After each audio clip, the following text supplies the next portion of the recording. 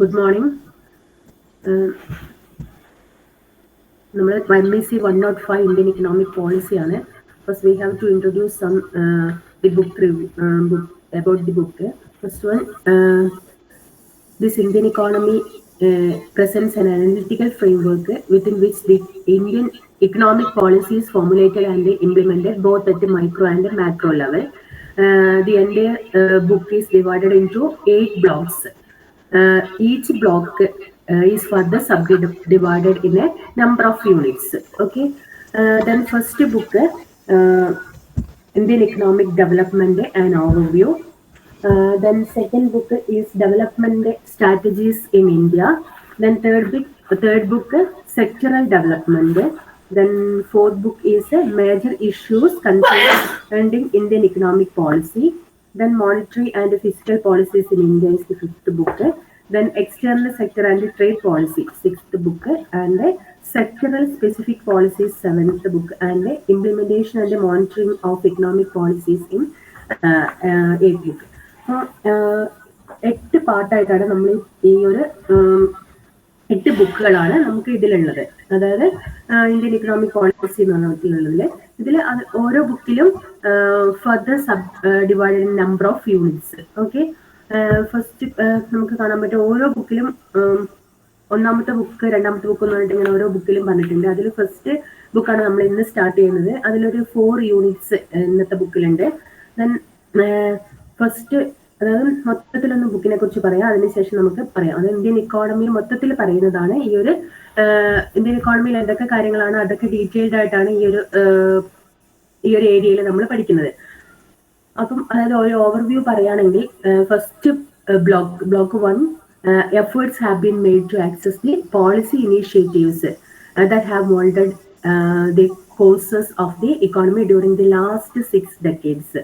Then second book deals the development strategies in India, focusing on type of economic planning in India, especially on the policy choice between state and market as a principal instrument of policy decision making. Okay. Then third book, I already said the name, sectoral development in India, that makes an assessment of growth in all the 3 sectors of the economy. We know that what are the 3 sectors of the economy. First one is the primary, then second one or agricultural, second one is the secondary or industrial, then third one is the tertiary or service sector. We already know it. Okay. Then that are focusing on policy induced initiatives that have molded growth each of these sectors. Then more than that, major issues to be encountered in Indian economic policy have been identified and analyzed in this book. Then fourth book, the major issues of the Indian economy. We know that always some issues in the economy, poverty, inequality, and unemployment is the major issues. Indian economy facing some issues that are the poverty, inequality, or inequality and unemployment. Okay. Then inequality means income distribution and inclusive growth, and employment or regional disparities in the growth, like that. Okay. Then these are the fourth textbook analysis. Then fifth one is the fifth book. Monetary and fiscal policies have been covered in the fifth book. Then monetary and fiscal what are the policies of the government, or what are the monetary and fiscal authorities policies, like that. It will give a direction to the fast moving economy and take course correction measures, like that. If there is any problem in the economy, that all problems are corrected through these monetary and fiscal policies. Okay. Then fiscal policies of the government. Okay. Then sixth book analyzes the evolution and the relationship external sector and trade policies. Here we analyze the international relations of the Indian economy. Okay. Then trade and its trade policy. It examines the emerging shape of the India's external sector and emerging issues to be addressed in the trade policy. Then seventh block, it is a sectoral specific policies. Okay. Then it focuses on policy initiatives and emerging challenges to be tackled in each of these sectors in the economy. We know that we already said that there are three sectors in the economy: agriculture, industry, and service sector. Then in this test, block 7, we entitled sectoral specific policies, that is focused on policy initiatives and emerging challenges to be tackled in each of these three sectors. Okay, then the issues related to implementation and monitoring of economic policies have also been taken up this chapter, this book. Okay, then block 8, the major issues covered in an economy, that is livelihood and social security measures, NREGA, like that, some projects or schemes. Then political economy of Indian development and integrate good governance. You heard about that. Okay, like that. We said in block 8. Then these are the overview of the Indian economy or Indian economic policy, or 105 book courses. Okay. Then next we move into the first book. നിങ്ങളെ കയ്യിൽ book ഉണ്ടോ? നിങ്ങളുടെ കയ്യിലൊക്കെ book ഉണ്ടോ? Book കിട്ടിയിട്ടുണ്ടോ കയ്യില്? Sheena, book ഉണ്ടോ കയ്യില്? അതായത് ബുക്ക് ഉണ്ടെങ്കിൽ കയ്യിൽ വെച്ചിട്ടുണ്ടെങ്കിൽ നമുക്ക് പെട്ടെന്ന് തന്നെ കിട്ടിയിട്ടുണ്ടോ? ഞാൻ കഴിഞ്ഞ ഇതിന്റെ അകത്തുള്ള ബാച്ചിലുള്ള ആളാ. ബുക്ക് ഉണ്ടോ കയ്യില്? ഇന്ത്യൻ ഇക്കണോമിക് പോളിസിയുടെ 1. ഓക്കെ, ബാക്കിയുള്ളവരുടെ കയ്യിലുണ്ടോ പുതിയ ബാച്ച്? ഓക്കെ, ബാക്കിയുള്ളവരുടെ പുതിയ ബാച്ചുള്ളവരുടെ കയ്യിൽ ബുക്ക് ഉണ്ടോ? ബുക്ക് ഉണ്ടെങ്കിൽ ഫസ്റ്റ് ബുക്ക് ഒന്ന് ഓപ്പൺ ആക്കി വെക്കണം. അങ്ങനെയാണ് എനിക്ക് അണ്ടർലൈൻ ചെയ്തുകൊണ്ട് പറയായിരുന്നു. അതായത് ഒരുപാടുണ്ട്, നിങ്ങൾക്ക് അറിയാലോ, 8 ബുക്സ് ഉണ്ട്. നമുക്ക് ലിമിറ്റഡ് ടൈം മാത്രമേ ഉള്ളൂ. അതുകൊണ്ട് ഒന്ന് സ്പീഡപ്പ് ചെയ്യാൻ വേണ്ടിയിട്ടാണ്. നിങ്ങളുടെ കയ്യിൽ ബുക്ക് ഉണ്ടെങ്കിൽ ഒന്ന് ഓപ്പൺ ചെയ്ത് വെക്കുക. എനിക്ക് തോന്നുന്നു ബുക്ക് ഉണ്ടാവാൻ ചാൻസ് ഉണ്ടാവുമായിരിക്കും, നിങ്ങൾക്ക് കിട്ടിയിട്ടുണ്ടായിരിക്കും. ദിയ, കയ്യിലുണ്ടോ? ഒന്ന് റെസ്പോണ്ട് ചെയ്യണേ. കയ്യിലുണ്ടെങ്കിൽ മെസ്സേജ് ചെയ്താലും മതി. നിങ്ങൾക്ക് എന്തെങ്കിലും മനസ്സിലാവാതെയോ എന്തെങ്കിലും ഡൗട്ട് ഉണ്ടെങ്കിൽ നിങ്ങൾക്ക് ചാറ്റ് ബോക്സിൽ ഇട്ടാൽ മതി, ഞാനത് റിപ്ലൈ തന്നോളാം. മനസ്സിലാവാത്ത പാട്ടുണ്ടെങ്കിൽ അങ്ങനെ. ബുക്ക് കിട്ടിയിട്ടുണ്ടോ? ടെക്സ്റ്റ് ഇല്ല, മാറിയിട്ടാണ് വന്നത്. 105 പകരം 205 ആണ് വന്നത്. ഓക്കെ ഓക്കെ, കയ്യിലുള്ളവരൊന്ന് ഓപ്പൺ ആക്കി വെക്കണേ. ഞാൻ അങ്ങനെയാണെങ്കിൽ ടെക്സ്റ്റ് ഇല്ലാത്തവർ കൂടുതലുണ്ടെങ്കിൽ അതിനനുസരിച്ചിട്ട് എടുക്കണം, അതുകൊണ്ടാണ് ചോദിച്ചത്. ഓക്കെ, നമുക്ക് ഫസ്റ്റ് മൊഡ്യൂളിലേക്ക് കയറാം. ഇക്കണോമിക്സിന്റെ ബേസിലുള്ളവരായിരിക്കും എല്ലാവരും എന്ന് വിചാരിക്കുന്നു. അതുകൊണ്ട് കുറെ ടേംസുകൾ നമുക്ക് ഡിഗ്രി ഇക്കണോമിക്സ് ആയവർക്കാണെങ്കിൽ, അല്ലാത്തവരുണ്ടെങ്കിൽ ഒന്ന് ഇൻഫോം ചെയ്യണേ. ഞാൻ ഡിഗ്രി ഇക്കണോമിക്സ് ആണ്, ഞാൻ ടേംസ് ഒന്നും എക്സ്പ്ലെയിൻ ചെയ്യുന്നില്ല, നിങ്ങൾക്ക് അറിയായിരിക്കുമല്ലോ, അങ്ങനെ പോവുകയാണ് ചെയ്യുക. ഇക്കണോമിക്സ് ബേസ് അല്ലാത്തവരാണെങ്കിൽ ഒന്ന് ജസ്റ്റ് പറയാം. എന്താണെന്ന് വെച്ച് കഴിഞ്ഞാൽ ഞാൻ അതിന്റെ ടേംസും കൂടി എക്സ്പ്ലെയിൻ ചെയ്തിട്ടുണ്ട്, പറയാം. ഓക്കെ, ബികോം ഉണ്ട് അല്ലേ? ഓക്കെ, ബികോമില് ഒരു പേപ്പർ പഠിക്കുന്നുണ്ടെന്ന് തോന്നുന്നുണ്ട് അല്ലേ? ഇക്കണോമിക്സ് നിങ്ങൾ +2 മറ്റോ പഠിക്കുന്നുണ്ട്. ഒരു പേപ്പർ ഉണ്ടെന്ന് തോന്നുന്നു, മാനേജീരിയൽ ഇക്കണോമിക്സ് മറ്റോ പറഞ്ഞിട്ടുണ്ടെന്ന് തോന്നുന്നുണ്ട്. ഓക്കെ, BBA ഉണ്ട് അല്ലേ? ഓക്കെ, BBA ഉള്ളവർക്കും മാനേജീരിയൽ ഇക്കണോമിക്സ് ഉണ്ടെന്ന് തോന്നുന്നു. ടേംസുകൾ എന്തെങ്കിലും ക്ലിയർ അല്ലാതെങ്കിൽ, ടെക്സ്റ്റ് കിട്ടിയില്ല അല്ലെ? ഓക്കെ, ടേംസുകൾ എന്തെങ്കിലും ക്ലിയർ അല്ല എങ്കിൽ ഒന്ന് പറയണേ, എനിക്ക് അത് എക്സ്പ്ലെയിൻ ചെയ്യാം. കൂടുതൽ പേരും എക്കണോമിക്സ് ബാക്ക്ഗ്രൗണ്ട് ഉള്ളവരാന്ന് തോന്നുന്നുണ്ട്, അതുകൊണ്ട് നമുക്ക് സ്റ്റാർട്ട് ചെയ്യാം. ഓക്കെ, ദെൻ ഫസ്റ്റ് ടെക്സ്റ്റ് ആണ് ഞാൻ എടുക്കുന്നത്, അതായത് Indian economic policy, Indian economic development and overview. Okay,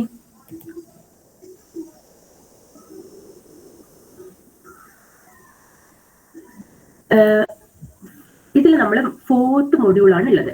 അതായത് ഫസ്റ്റ് മൊഡ്യൂൾ, അതായത് unit first, growth and structure of the Indian economy. Second module, population and human resource policy issues. Then third module, natural resources and environment. Then fourth is the physical infrastructure.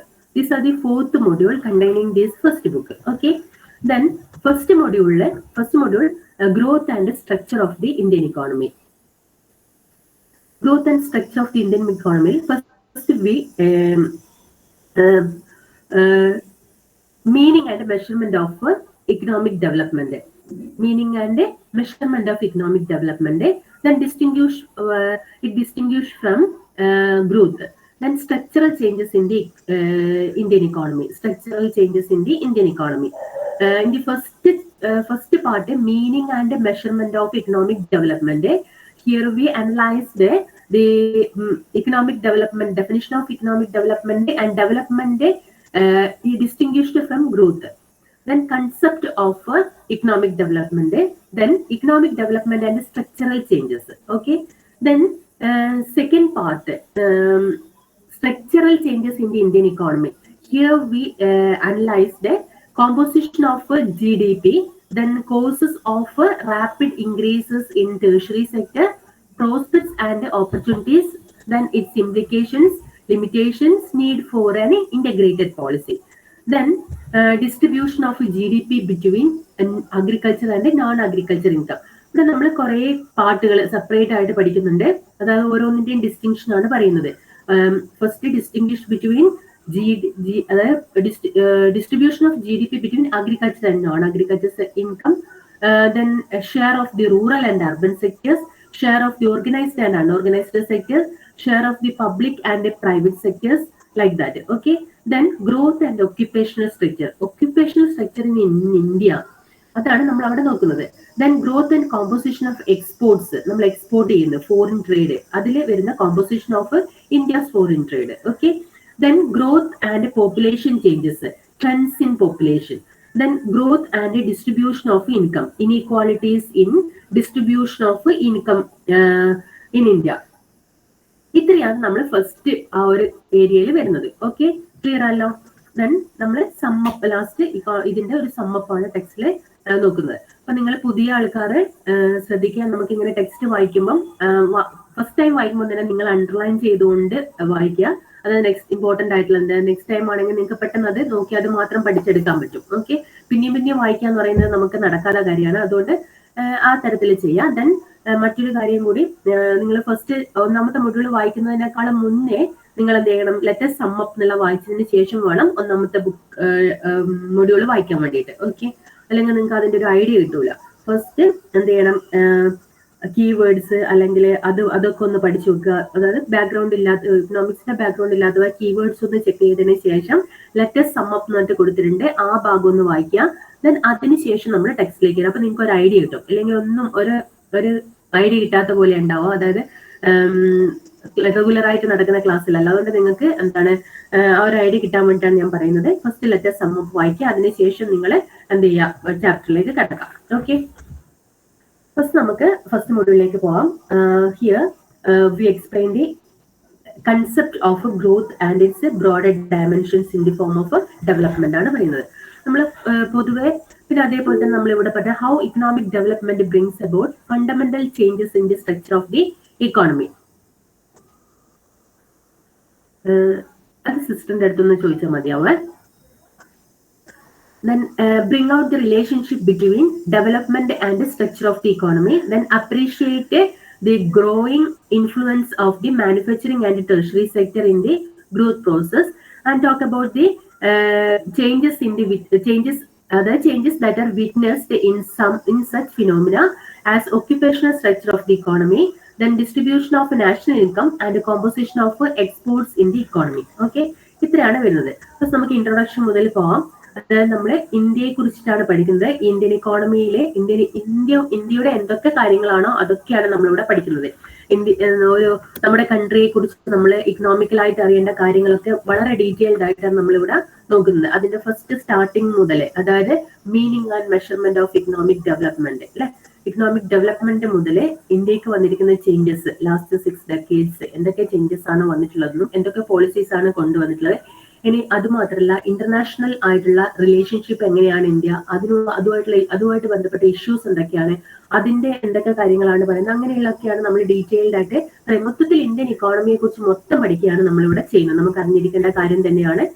അപ്പൊ അത് detailed ആയിട്ട് നമുക്ക് നോക്കാം. Okay, first നമുക്കറിയാം Indian economy is A mixed economy. നമുക്കറിയാം അല്ലെ എന്താ mixed economy എന്ന്. അല്ലെ നമ്മൾ 3 types ഓഫ് ഇക്കോണമി പഠിച്ചിട്ടുണ്ട്, capitalist, socialist and mixed economy. അല്ലെ, സോഷ്യലിസ്റ്റ് ആണെങ്കിൽ നമുക്കറിയാൻ പറ്റും ഇറ്റ്സ് ഫോർ പബ്ലിക് അല്ലെ, അതായത് വെൽഫെയർ ആണ് മെയിൻ കോൺസെൻട്രേഷൻ എന്നൊക്കെ പറഞ്ഞിട്ട്. ക്യാപിറ്റലിസ്റ്റ് ഇക്കോണമി ആണെങ്കിൽ അത് എന്താ പറയാ, there is no more influences of the government അല്ലെ. ഗവൺമെന്റ് വേറെ ഓൺലി എന്താണ് defence and law and order correction, അതൊക്കെയാണ് ഗവൺമെന്റ് മെയിൻ ആയിട്ടുള്ള റോൾ എന്ന് നമ്മൾ പഠിച്ചിട്ടുണ്ട് അല്ലെ. ക്യാപിറ്റലിസ്റ്റ് ഇക്കോണമിയിൽ സോഷ്യലിസ്റ്റ് ആണ് fully controlled by the government. Then India is a mixed economy, that is the combination of socialist and a capitalist economy. So government influence ഉണ്ട്, at the same time എന്താണ് മറ്റ് കേസുകൾ കൈകാര്യം ചെയ്യുന്നതിലും ഉണ്ട്. അതായത് രണ്ടിന്റെയും കോമ്പിനേഷൻ ആണ് നമ്മൾ മിക്സഡ് ഇക്കോണമി എന്നുള്ള രീതിയിൽ പറയുന്നത്.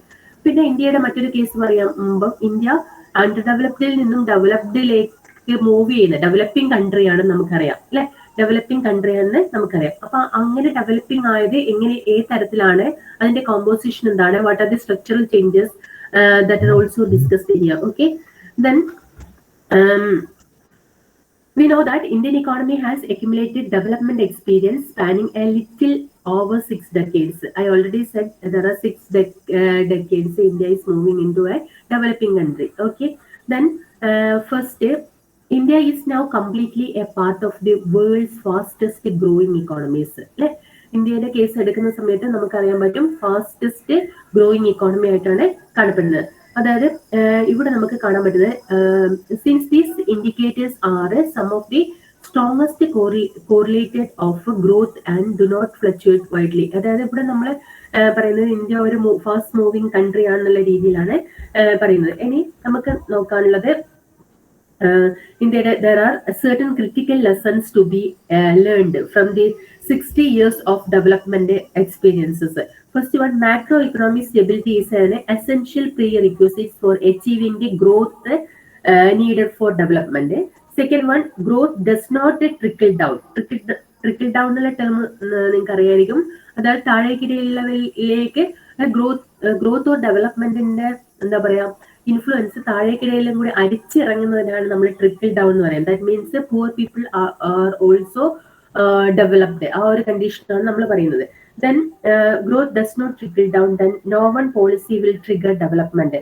A comprehensive approach is then institutional matters. Sustained development should be rooted in the process that are socially inclusive and responsive to changing circumstances. These are the certain critical lessons, okay, that we learned from the 60 years of development experience. നമുക്ക് India ഇങ്ങനെ move ചെയ്ത് developing മൂവ്മെന്റിലൂടെ വരുമ്പോൾ നമുക്ക് കുറച്ച് critical ആയിട്ടുള്ള കാര്യങ്ങൾ പറയാം. Critical കാര്യങ്ങൾ പറയുന്നത് എന്ന് പറഞ്ഞാൽ മാക്രോ എക്കണോമിക് സ്റ്റെബിലിറ്റിയുടെ കേസാണ്. Then next one is the growth does not trickle down. Growth ഉണ്ടായിട്ടുണ്ട്, പക്ഷേ താഴേക്കിടയിലുള്ളവരുടെ ഡെവലപ്മെന്റ് മുഴുവനായിട്ട് കാണാൻ പറ്റിയിട്ടില്ല എന്നതാണ്. Then no one policy will trigger development. കുറെ പോളിസീസ് ഒക്കെ കൊണ്ടുവന്നിട്ടുണ്ടെങ്കിൽ അതൊരു ഫുള്ളി ഡെവലപ്മെന്റിലേക്ക് പോകാൻ പറ്റിയിട്ടില്ല എന്നുള്ളത്. സം പ്രോബ്ലംസ് ആർ ദർ, ആ തരത്തിലാണ് പറയുന്നത്. Then institutional matters, sustainable development നിങ്ങൾക്ക് അറിയാം. സസ്റ്റൈനബിൾ ഡെവലപ്മെന്റ് അറ്റൈൻ ചെയ്തിട്ടുണ്ടോ, അങ്ങനത്തെ കാര്യങ്ങളൊക്കെ ഫ്യൂച്ചറിലേക്കും കൂടി യൂസ് ചെയ്യാൻ പറ്റുന്ന രീതിയിലുള്ളതാണോ ഡെവലപ്മെന്റ്, അത് ഫ്യൂച്ചർ ഡെവലപ്മെന്റും കൂടി മുൻനിർത്തിയാണോ ഡെവലപ്മെന്റ്, അതാണ് നമ്മൾ സസ്റ്റൈനബിൾ എന്ന് പറയുന്നത്. അപ്പൊ ആ തരത്തിലുള്ള ഡെവലപ്മെന്റ് ആണോ, അങ്ങനത്തെ ഒക്കെ കാര്യങ്ങളാണ് നോക്കുന്നത്. ദെൻ അതൊക്കെയാണ് നമുക്ക് ക്രിട്ടിക്കൽ ആയിട്ട് ഇന്ത്യയുടെ ഡെവലപ്മെന്റ് 60 ഇയേഴ്സിൽ നമുക്ക് കാണാം. അതായത് 60 ഇയേഴ്സ് ഓഫ് ഡെവലപ്മെന്റ് എക്സ്പീരിയൻസ് നമുക്ക് കാണിക്കുന്നത്. ഓക്കെ, അപ്പൊ അതൊരു ജസ്റ്റ് ഒരു ഇൻട്രഡക്ഷൻ പറഞ്ഞത് മാത്രമേ ഉള്ളൂ. ദെൻ നമുക്ക് മൊഡ്യൂളിലേക്ക് കടക്കാം. Meaning and measurement of economic development. അധികം ചോദിക്കുന്ന കാണാം ഈ ഒരു ക്വസ്റ്റ്യൻ. നമുക്കൊന്ന് അസൈൻമെന്റിലും കൂടി ഉണ്ടെന്ന് തോന്നുന്നുണ്ട് ഈ ഒരു ക്വസ്റ്റ്യൻ. അതായത് distinguish between economic growth and development. എന്തൊക്കെയാണ് ഗ്രോത്തും ഡെവലപ്മെന്റും തമ്മിലുള്ള വ്യത്യാസം, അത് വ്യത്യാസം ഉണ്ടോ, ആ ഒരു കാര്യമാണ് നമ്മൾ നോക്കുന്നത്. Okay, traditionally we know that economic development has been considered as synonymous with the economic growth. നമ്മൾ ഇന്റർചേഞ്ചബിളി യൂസ് ചെയ്യുന്നുണ്ട് ഈ economic development and economic growth അല്ലെ. But some minute differences is there. Okay, then economic growth has been defined as an increase in the real terms of output of goods and services that is sustained over a long period of time measured in terms of value added. അതായത് ഇവിടെ നമ്മൾ growth ഉദ്ദേശിക്കുന്നത് increases in terms of output of goods and services. Goods and സർവീസസിന്റെ output, അതായത് output of goods and സർവീസസിന്റെ increment ആണ് നമ്മൾ ഏതായിട്ട് പറയുന്നത്, ഗ്രോത്ത് എന്നുള്ള രീതിയിൽ പറയുന്നത്. ഓക്കെ, ഇനി ഡെവലപ്മെന്റ്, അത് നമ്മൾ ട്രഡീഷണലി ഇന്റർചേഞ്ചബിളി യൂസ് ചെയ്യുന്നുണ്ട് ഈ വേർഡ്സും, പക്ഷെ സം ചേഞ്ചസ് പറയുന്നുണ്ട്. ഓക്കെ, ദെൻ നമുക്ക് കുറച്ചുകൂടി ഡീറ്റെയിൽഡ് ആയിട്ട് മോഡേൺ വ്യൂയിലേക്ക് പോകുമ്പോൾ, അതായത് economic growth and economic development. Some differences is there. Okay, development is not same thing as economic growth. Clear ആണല്ലോ? Development is not the same thing as economic growth in modern view. Okay, ഇനി എന്താണ് development, എന്താണ് growth നോക്കാം അല്ലെ. അത് തമ്മിൽ differences ഉണ്ട് എന്ന് പറഞ്ഞിട്ടുണ്ട്. ഇനി എന്താണ് ഓരോന്ന് നോക്കാം. ഫസ്റ്റ് development എന്താണ്, ഗ്രോത്ത് എന്താണ്. ആ growth involves changes in overall aggregates such as height or weight, while development includes changes in functional capacities. അതായത് growth involves changes in overall aggregates. Okay, അത് മാത്രം ഒന്ന് അണ്ടർലൈൻ ചെയ്ത് വെക്കുക ബുക്ക് കയ്യിലുള്ളവര്. Growth involves changes in overall aggregates എന്തൊക്കെയാണോ ഉള്ളത് അതിന്റെ ഒക്കെ മൊത്തത്തിലുള്ള ഡെവലപ്മെന്റ് ഗ്രോത്ത് ആണ്. Development includes changes in functional capacities or physical coordination, അതായത് ലീഡർഷിപ്പ് കപ്പാസിറ്റി ആ തരത്തിലുള്ളതൊക്കെയാണ് നമ്മൾ പറയുന്നത്. ഗ്രോത്ത് എന്ന് പറഞ്ഞാൽ growth is an engine, not an end in itself, the end being development. Okay, അപ്പൊ ഇതാണ് നമ്മൾ ഗ്രോത്തും ഡെവലപ്മെന്റ്. നിങ്ങൾക്ക് സിമ്പിൾ ആയിട്ട് എഴുതുകയാണെങ്കിൽ ഗ്രോത്തിന്റെയും ഡെവലപ്മെന്റും നിങ്ങൾ കയ്യിൽ നോട്ട് ഉണ്ടെങ്കിൽ അല്ലെങ്കിൽ ബുക്കിന്റെ സൈഡിൽ ഉണ്ടെങ്കിൽ എഴുതി വെക്കുക. Economic growth equal to size of output. It's a quantitative aspects, size of output, അതായത് പെർ ക്യാപിറ്റൽ ഇൻകത്തിലുള്ള ഇൻക്രീസസ് അങ്ങനെയൊക്കെ വരുന്നത്. അതായത് it is related to developed ഇക്കോണമീസിന്റെ കേസിലാണ് പറയുന്നത്. അവരെ സംബന്ധിച്ചിടത്തോളം ബാക്കിയൊക്കെ ഓക്കെ ആയിരിക്കും, അതായത് സ്റ്റാൻഡേർഡ് ഓഫ് ലിവിംഗും അതൊക്കെ ലെവലായിട്ടുണ്ടായിരിക്കും. അവിടെയുള്ള ഡെവലപ്മെന്റ് എന്ന് പറഞ്ഞാൽ ഡെവലപ്മെന്റിനേക്കാളും കൂടുതൽ വരുന്നത്, അതായത് ഗ്രോത്ത് എന്നുള്ള ഇക്കണോമിക് ഗ്രോത്ത് എന്നുള്ള രീതിയിലാണ് പറയുന്നത്. അതായത് അവരുടെ പെർ ക്യാപിറ്റൽ ഇൻകത്തിൽ ഇൻക്രീസ് ചെയ്യുന്നത്, അല്ലെങ്കിൽ സൈസ് ഓഫ് എന്താ പറയാ അതിന്റെ സൈസ് ഓഫ് ഔട്ട്പുട്ടിലുള്ള ഇൻക്രിമെന്റ് ആണ് ഇക്കണോമിക് ഗ്രോത്ത് എന്ന് പറയുന്നത്. It's related to developed countries. Then economic development means size of output plus economic welfare ആണ്. Okay, size of output plus economic welfare ആണ് നമ്മൾ എന്തായിട്ട് പറയുന്നത്, ഇക്കണോമിക് ഗ്രോത്ത് എന്നുള്ള രീതിയിൽ പറയുന്നത്. മനസ്സിലായോ? സോറി, ഇക്കണോമിക് ഡെവലപ്മെന്റ് എന്നുള്ള രീതിയിൽ പറയും. Economic development equal to size of output plus economic welfare. So it's a qualitative aspects. മനസ്സിലായല്ലോ? Then economic growth is a quantitative aspects. At the same time, economic development is a qualitative aspect. It's qualitative because it includes economic welfare. Okay. അപ്പൊ ഞാൻ 2-3 points ഇപ്പൊ പറഞ്ഞിട്ടുണ്ട്. അതായത് economic growth എന്ന് പറഞ്ഞാൽ it's increases in the size of output or എന്താണ് per capital income ആ തരത്തിലാണ്. It's related to developed countries or it's a quantitative aspects. Then economic development means it's a size of output plus economic welfare. So it's a qualitative aspects. It's related to or it's an experiences of developing countries. Okay, clear ആണല്ലോ? മനസ്സിലായില്ലേ? Then differences ഇതിൽ detailed ആയിട്ട് അങ്ങനെ ഇല്ല. നിങ്ങൾ ഞാൻ പറയുമ്പം just not ചെയ്ത് നോക്കിക്കോ. Economic development it's A multi dimensional case ആണ്. ഇക്കണോമിക് ഡെവലപ്മെന്റ് എവിടെയെങ്കിലും നോട്ട് ചെയ്ത് വെക്കണേ.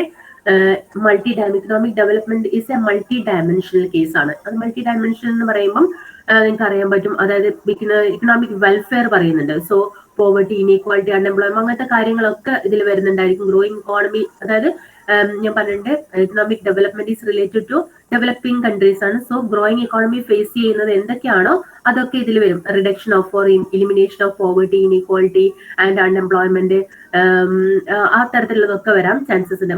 മറ്റതിലാണെങ്കിൽ എന്താണ്, അത് ഗ്രോത്തിലാണെങ്കിൽ നമുക്കറിയാൻ പറ്റും എന്താണ്, it's rising income or output എന്നുള്ള രീതിയിലാണ് വരുന്നത്. മനസ്സിലായില്ലേ? അപ്പൊ അതുകൊണ്ട് തന്നെ ഇതിലെന്ന് പറയുന്നത് മൾട്ടി ഡയമെൻഷനിൽ ആണ് ഇക്കണോമിക് ഡെവലപ്മെന്റ് വരുന്നത്. അതേസമയം economic growth is A single dimension. Differences മനസ്സിലായല്ലോ? Then economic development is a multi-dimensional case, so it includes so many problems or so many issues like that, elimination of poverty, inequality and unemployment, like that. But in the case of growth, it's a single dimension. Single dimension എന്ന് പറയാൻ കാരണം എന്താണ്, it's mainly related to the growth of the output or per capita income. Okay, it's in the case of a developed countries. Okay, clear ആണല്ലോ? Then second one പറഞ്ഞിട്ട് qualitative changes ആണ് economic development പറയുന്നത്. Composition and distribution of national income plus എന്താണ് economic welfare എന്നുണ്ട്.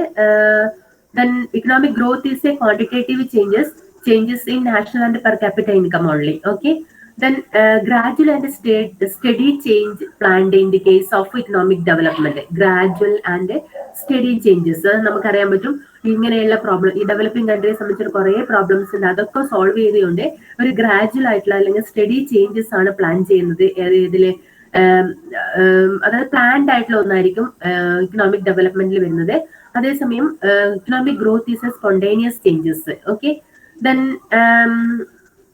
അതായത് gradual എന്ന് പറയാൻ പറ്റില്ല, പെട്ടെന്ന് പെർ ക്യാപിറ്റൽ ഇൻകത്തിലെ ഡെവലപ്മെന്റ് അല്ലെങ്കിൽ നമ്മുടെ ഔട്ട്പുട്ടിലെ ഡെവലപ്മെന്റ്, അതായത് ഡെവലപ്ഡ് കൺട്രീസിന്റെ ഔട്ട്പുട്ടിലെ ഡെവലപ്മെന്റ്, അതൊക്കെയാണ് നമ്മൾ പറയുന്നത്. So it's A spontaneous changes. Then development is A continuous changes or and അത് സെയിം വേയിൽ തന്നെ നമുക്ക് പറയാൻ പറ്റും.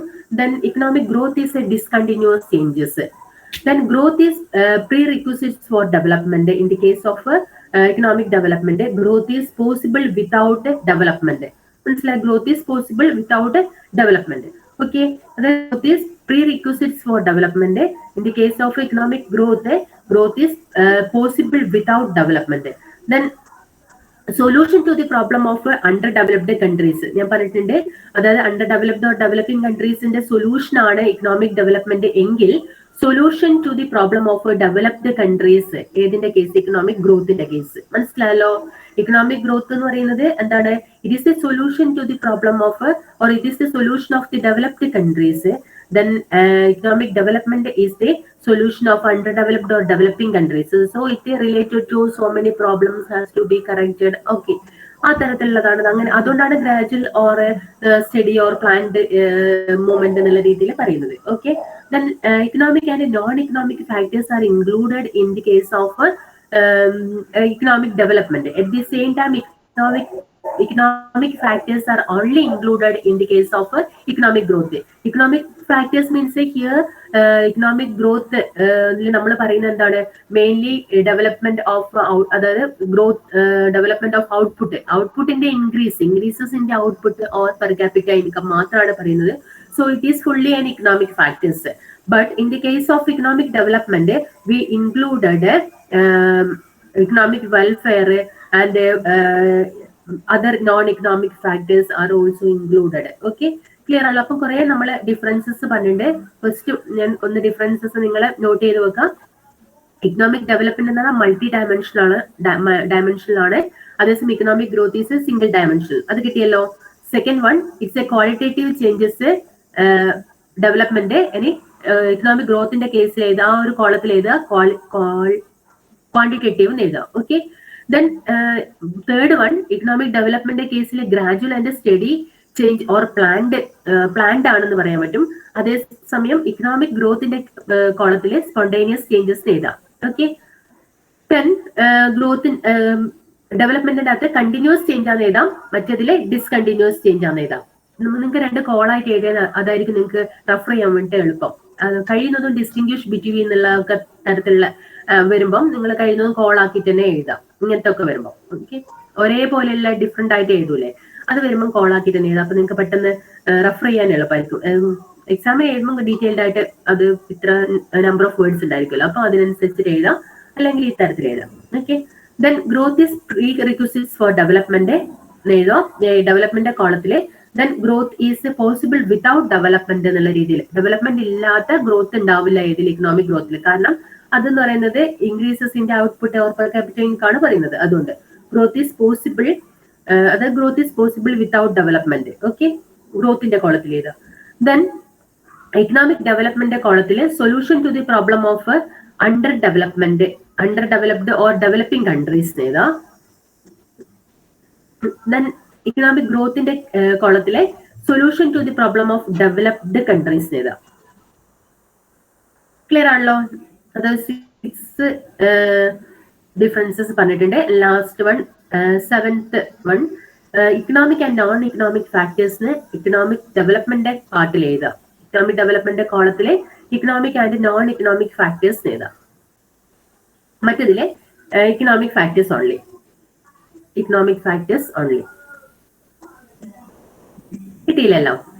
ക്ലിയർ ആണല്ലോ? ഓക്കെ അല്ലേ? എന്താ 7 പോയിന്റ് ഡിഫറൻസസ് പറഞ്ഞിട്ടുണ്ട്.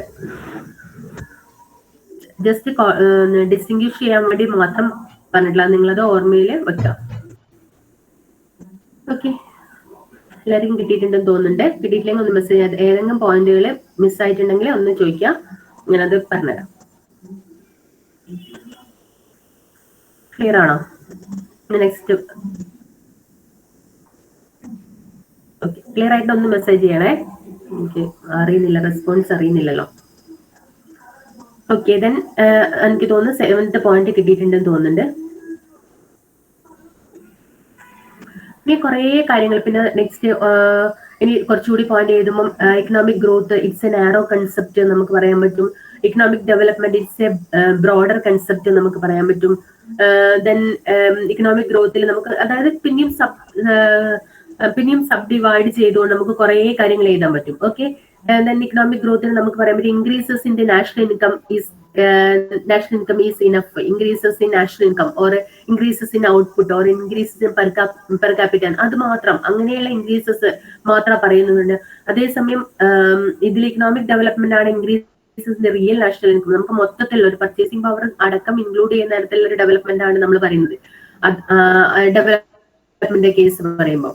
ദെൻ നെക്സ്റ്റ് നമ്മൾ ഇക്കണോമിക് ഗ്രോത്തിൽ പറയുമ്പോൾ ഇറ്റ്സ് എൻ ഓട്ടോമാറ്റിക് പ്രോസസ്സ് അല്ലെ, അതായത് ഓൾറെഡി ഡെവലപ്ഡ് ആയിട്ടുള്ള കൺട്രി ആണ്, അതേസമയം അതില് improvement in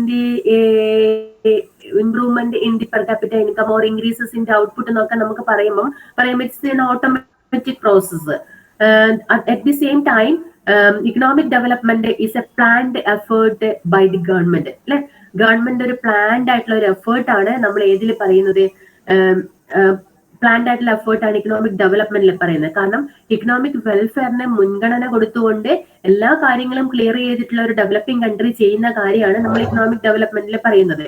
so it's a planned effort by the government. Okay, പിന്നെ നമുക്ക് പറയാൻ പറ്റും എന്താ പറയാ, occurs in a particular time period. Economic growth occurs in a particular time period അല്ലെ, നമുക്കറിയാം ബൂം അല്ലെങ്കിൽ പ്രോസ്പെരിറ്റി ഒക്കെ ഉണ്ടാവുന്ന ഒരു പ്രത്യേക ടൈം പീരീഡിലാണ്. അപ്പം ഇക്കോണമി ഡെവലപ്ഡ് കൺട്രീയെ സംബന്ധിച്ചിടത്തോളം അവരുടെ ഇതൊക്കെ ഓക്കെ ആണെങ്കിൽ എന്താണ് അവരെ സംബന്ധിച്ചിടത്തോളം, അതായത് occurs within the particular time period എന്ന് പറയുമ്പോൾ എല്ലാ ഡെവലപ്മെന്റ് ഓക്കെ ആണെങ്കിൽ അത് പെട്ടെന്ന് ഒരു മൂവ്മെന്റിൽ എന്താണ് ഇൻക്രീസസ് ഇൻ ദി ഇൻകം, എന്തെങ്കിലും പോസിറ്റീവ് ആയിട്ടുള്ള അത് സംഭവിക്കുകയാണെങ്കിൽ ഇൻക്രീസസ് ഇൻ ദി ഇൻകം എന്ന് വരുമ്പം നമുക്ക് പറയാൻ പറ്റും occurs within a particular time period. occurs in a long run occurrence ആണ് ഇക്കണോമിക് ഡെവലപ്മെന്റ് വരുന്നത്. ലോങ് റൺ ഒക്കുറൻസ് ആണ് ഇക്കണോമിക് ഡെവലപ്മെന്റ് വരുന്നത്. കുറെ കാലത്തെ എന്താണ് പ്രാക്ടീസിന്റെ ഫലമായിട്ട്, കുറെ കാലത്തെ വെൽഫെയർ ഫങ്ഷൻസ് ഓഫ് ദി ഗവൺമെന്റിന്റെ ഭാഗമായിട്ടാണ് ഡെവലപ്മെന്റ് ഉണ്ടാവുന്നത് അല്ലെ. അതുകൊണ്ട് തന്നെ ഡെവലപ്മെന്റ് കേസ് പറയുമ്പോൾ occurs in A long run എന്ന് നമുക്ക് പറയാൻ പറ്റും. ഓക്കെ, അപ്പം നമുക്ക് വീണ്ടും ഒന്നുകൂടി കൂടുതൽ പറയാൻ പറ്റും. അതായത് നമുക്ക് ഇക്കണോമിക് ഡെവലപ്മെന്റ് ആണെങ്കിൽ it's A quality of life, അതേപോലെ തന്നെ ഗ്രോത്ത് ഓഫ് ദി ഇൻകം, അങ്ങനെ ആ തരത്തിൽ കുറെ നമുക്ക് ഒരുപാട് സബ് കണ്ടന്റ് ഉണ്ടാക്കാൻ പറ്റും. അതായത് measured using GDP per capita income വെച്ചിട്ടാണ് നമ്മൾ ഇക്കണോമിക് ഗ്രോത്ത് നോക്കുന്നത് അല്ലെ. അതായത് GDP വെച്ചിട്ടും അവിടുത്തെ പെർ ക്യാപിറ്റ ഇൻകം അതൊക്കെ വെച്ചിട്ടാണ് നമ്മൾ ഗ്രോത്ത് നോക്കുന്നത് അല്ലെ.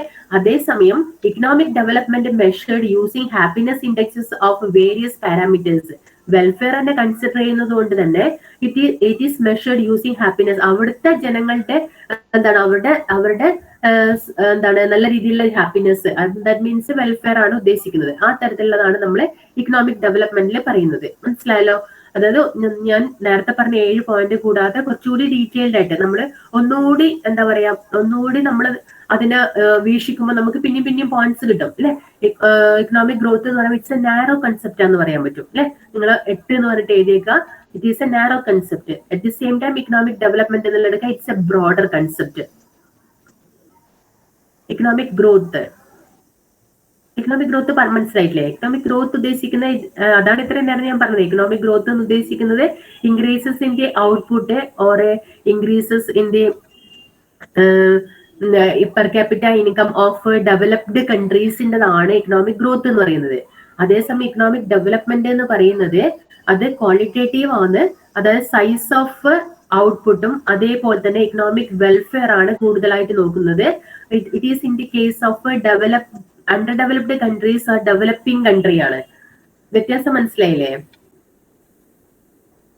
ഇക്കണോമിക് ഡെവലപ്മെന്റ് മേലെ ഉണ്ടാവുന്നതാണ് ഇക്കണോമിക് ഗ്രോത്ത് പറയുന്നത്. അതുകൊണ്ടാണ് ഇക്കണോമിക് ഗ്രോത്ത് ഈസ് പോസിബിൾ അതായത് അത് ഡെവലപ്മെന്റ് ഉണ്ടായതിന് മാത്രമേ ഇക്കണോമിക് ഗ്രോത്ത് ഉണ്ടാവില്ല, അതിന്റെ മേലെ ഉള്ളതാണ്. മനസ്സിലായില്ലേ? ക്ലിയർ ആയോ എന്താണ്? ഫസ്റ്റ് അത് രണ്ടും മനസ്സിലാക്കണേ. ഇക്കണോമിക് ഗ്രോത്ത് എന്ന് പറഞ്ഞു കഴിഞ്ഞാല് എന്താണ്? Increases in the output, increases in the per capita income, അങ്ങനെയാണ്.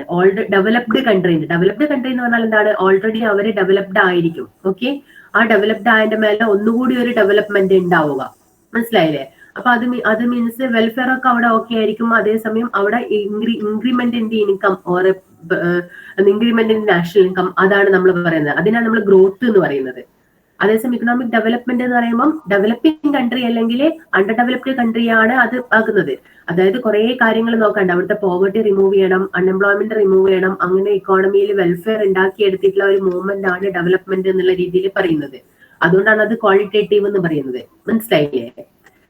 മറ്റേത് ക്വാണ്ടിറ്റി ആണ്, എത്രമാത്രം ഇൻക്രിമെന്റ് ഔട്ട്പുട്ടിൽ ഉണ്ടാകുന്നുണ്ട്, എത്രമാത്രം ഇൻകത്തിന്റെ പെർ ക്യാപിറ്റ ഇൻകത്തിൽ ഉണ്ടാകുന്നുണ്ട്, അങ്ങനെ.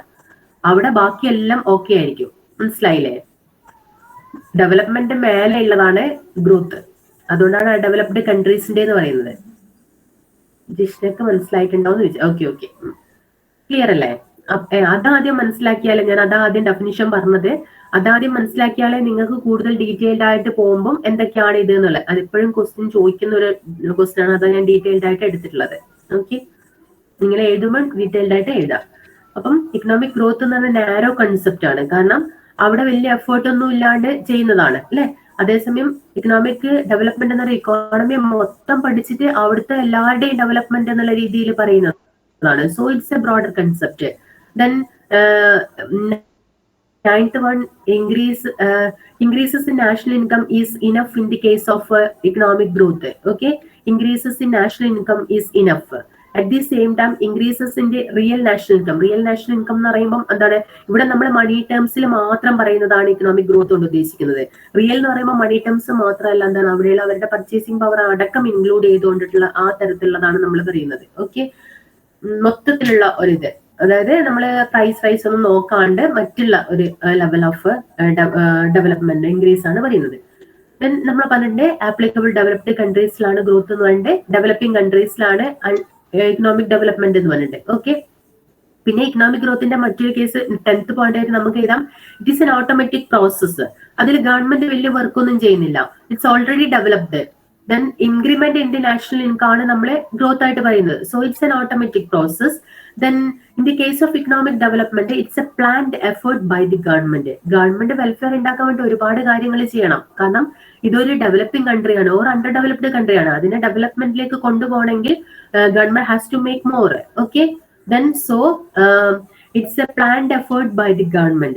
Economic development is a planned effort by the government. Okay, clear ആണല്ലോ? പിന്നെ ഞാൻ പറഞ്ഞിട്ടുണ്ട് economic growth it's occur within A particular time period.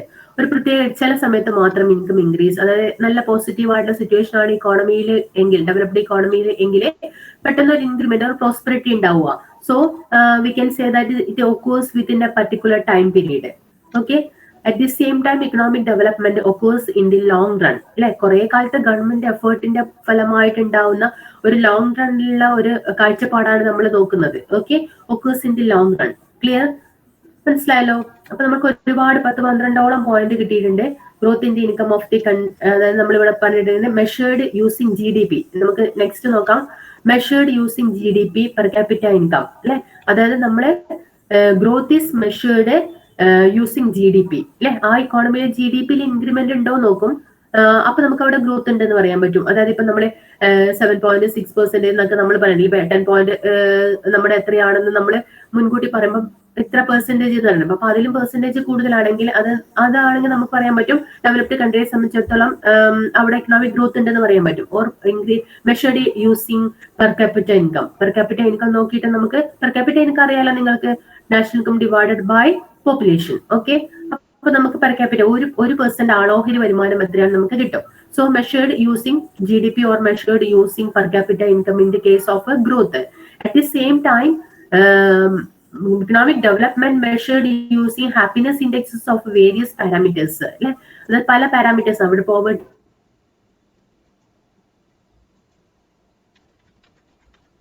face happiness ആണെങ്കിൽ മാത്രം it's a qualitative. or economic welfare is the major aim of the government. Okay, അപ്പം എന്താണ് economic development എന്ന് പറയുമ്പോൾ measured using happiness indexes of various parameters. Okay, അപ്പൊ നമുക്ക് ഒരുപാട് പോയിന്റുകൾ കിട്ടിയിട്ടുണ്ട്. എന്താണ് ഇത് ഇക്കണോമിക് ഗ്രോത്തും ഇക്കണോമിക് ഡെവലപ്മെന്റും തമ്മിൽ ഒരുപാട് പോയിന്റുകൾ കിട്ടിയിട്ടുണ്ട്. ഓക്കെ, ക്ലിയർ ആണല്ലോ.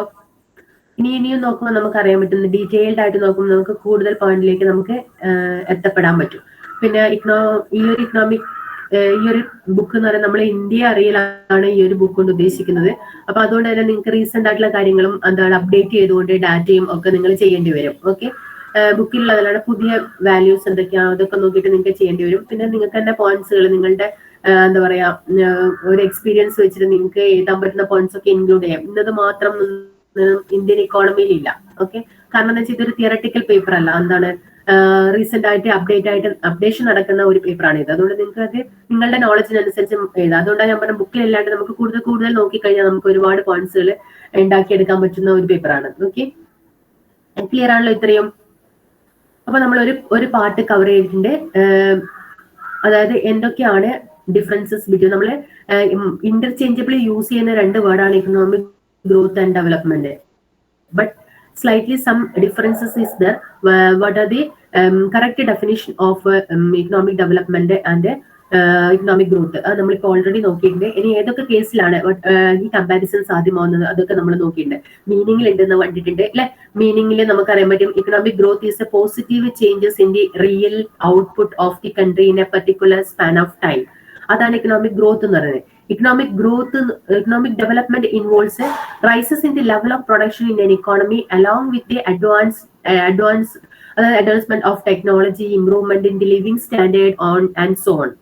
Living standard അടക്കം നോക്കിയിട്ടാണ് economic development എന്നുള്ള ടേം യൂസ് ചെയ്യുന്നത്. ഓക്കെ, അതിന്റെ ഡെഫിനിഷൻ അതാണ് നമ്മൾ പറയുന്നത്. economic growth is the positive changes in the real output of the economy in a particular span of time. Okay, then economic development പറഞ്ഞാൽ നമുക്കറിയാൻ പറ്റും it involves അത് കുറെ കാര്യങ്ങൾ വരുന്നുണ്ട് അല്ലെ. it involves rises in the level of production in an economy along with the advancement technology, improvement in living standard, അതായത് advanced technology, improvement in living standard, welfare കൂടി നോക്കുന്നതുകൊണ്ട് ആ കാര്യങ്ങളൊക്കെ ഇതിൽ വരുന്നുണ്ട്, ഈ ഒരു ഇക്കണോമിക് ഡെവലപ്മെന്റിൽ വരുന്നുണ്ട്. ക്ലിയർ ആണല്ലോ? ക്ലിയർ അല്ലേ ഇത്രയും നമ്മൾ ഏകദേശം നോക്കിയിട്ട്. പിന്നെ ഇതിന്റെ സ്കോപ്പ് എന്ന് പറയുമ്പോൾ നമുക്കറിയാൻ പറ്റും ഇക്കണോമിക് ഗ്രോത്തിന്റെ സ്കോപ്പ് എന്ന് പറയുമ്പോൾ increases in the indicators like GDP and per capita only in the case of economic growth അല്ലെ. ഇനി അതേസമയം ഇതിന്റെ ആണെങ്കിലോ ഇക്കണോമിക് ഡെവലപ്മെന്റ് ആണ് നിങ്ങൾക്ക് പറയാൻ പറ്റും എന്താണ് ഇത് എന്താണ് മൊത്തത്തിലുള്ള ഇക്കണോമിക് വെൽഫെയർ ആണ് ഉദ്ദേശിക്കുന്നത്. So improvement in the life expectancy rate അല്ലെ, അതായത് ജനങ്ങൾ എത്ര കാലം ജീവിക്കുന്നുണ്ട് എന്നുള്ള അതിന്റെ റേറ്റ് അല്ലെ. നമുക്കറിയാം നമ്മൾ 73 അങ്ങനെയൊക്കെ പറയുന്നുണ്ട് അല്ലെ. എത്രമാത്രമാണ് അതായത് ജെൻസിന്റെയും അതുപോലെ തന്നെ ലേഡീസിന്റെയും ഡിഫറെന്റ് ആയിട്ട് 70 അറൌണ്ട് 68 70 ആ ഒരു റേഞ്ചിൽ നമുക്ക് വരുന്നുണ്ട്. കേരളത്തിന്റെ ആണെങ്കിൽ അതിലും കൂടുതൽ നമുക്ക് കാണാൻ പറ്റും ലൈഫ് എക്സ്പെക്ടൻസി അല്ലെ. ഇൻഫാന്റ് മോർട്ടാലിറ്റി റേറ്റ് അല്ലെ, ശിശു മരണ നിരക്ക്, അതേ ഇക്കണോമിക് ഡെവലപ്മെന്റ് പറയുന്നത്. മനസ്സിലായോ? ഇക്കണോമിക് ഡെവലപ്മെന്റ് സ്കോപ്പ് പറയുമ്പോൾ നമ്മള് അത് ഇക്കണോമിക് ഡെവലപ്ഡ് ആണെന്ന് പറയണമെങ്കിൽ എന്തായിരിക്കണം അവിടെ ലൈഫ് എക്സ്പെക്ടൻസിയില്, അതായത് ലൈഫ് എക്സ്പെക്ടൻസിയിലെ ചേഞ്ചസ് വരണം, ഇൻഫാന്റ് മോർട്ടാലിറ്റിയിൽ വ്യത്യാസം വരണം, ലിറ്ററസി റേറ്റിൽ വ്യത്യാസം വരണം, more than that poverty rate also changes അല്ലെ. അതിലൊക്കെ മാറ്റം വന്നു കഴിഞ്ഞാൽ മാത്രമേ നമുക്ക് എന്താ പറയാൻ പറ്റുള്ളൂ ഇക്കണോമിക് ഡെവലപ്ഡ് ആണെന്ന്, ഇക്കണോമിക്കലി ഡെവലപ്ഡ് ആണെന്ന് പറയാൻ പറ്റുള്ളൂ. മനസ്സിലായല്ലോ? ക്ലിയർ അല്ലേ? അപ്പൊ ഇത്രയും കാര്യങ്ങൾ നമുക്ക് എന്താണ് ഗ്രോത്ത് ആൻഡ് ഡെവലപ്മെന്റുമായിട്ട് ബന്ധപ്പെട്ടിട്ട് പഠിക്കാനുണ്ട്. ക്ലിയർ ആണല്ലോ? നിങ്ങൾക്ക് എന്തെങ്കിലും ക്ലിയർ ആവാത്ത ഉണ്ടെങ്കിൽ പറയണേ.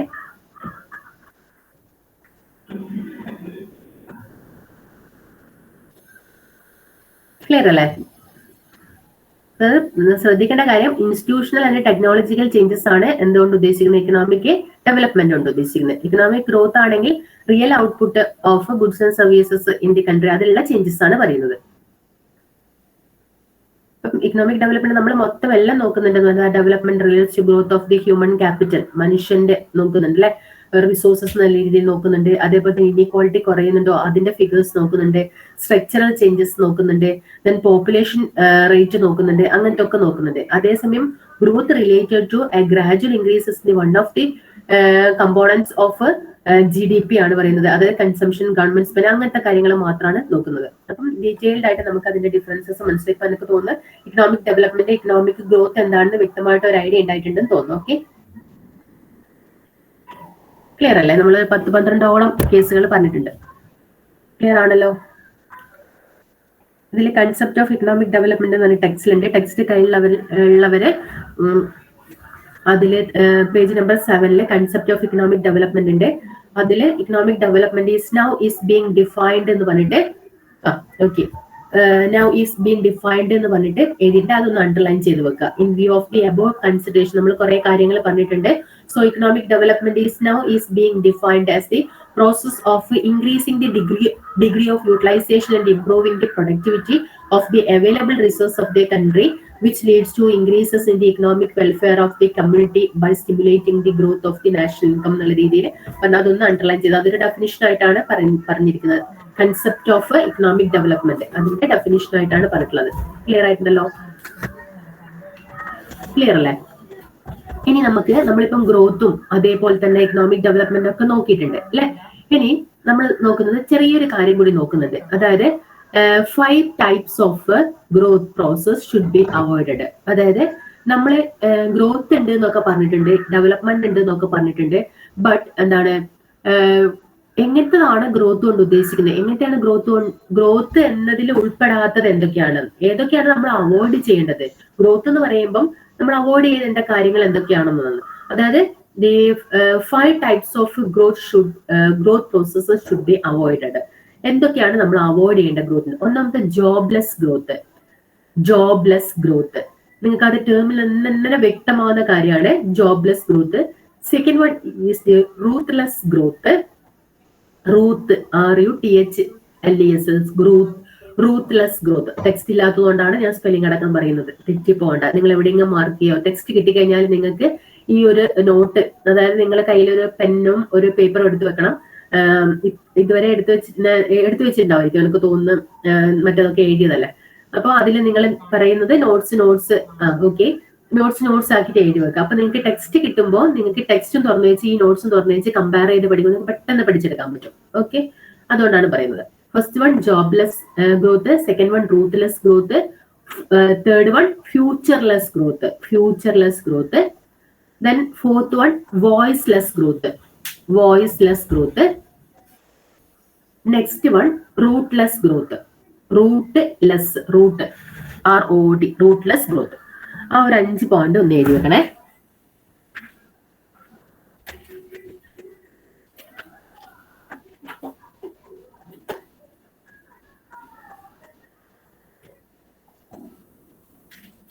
ക്ലിയർ ആയല്ലോ?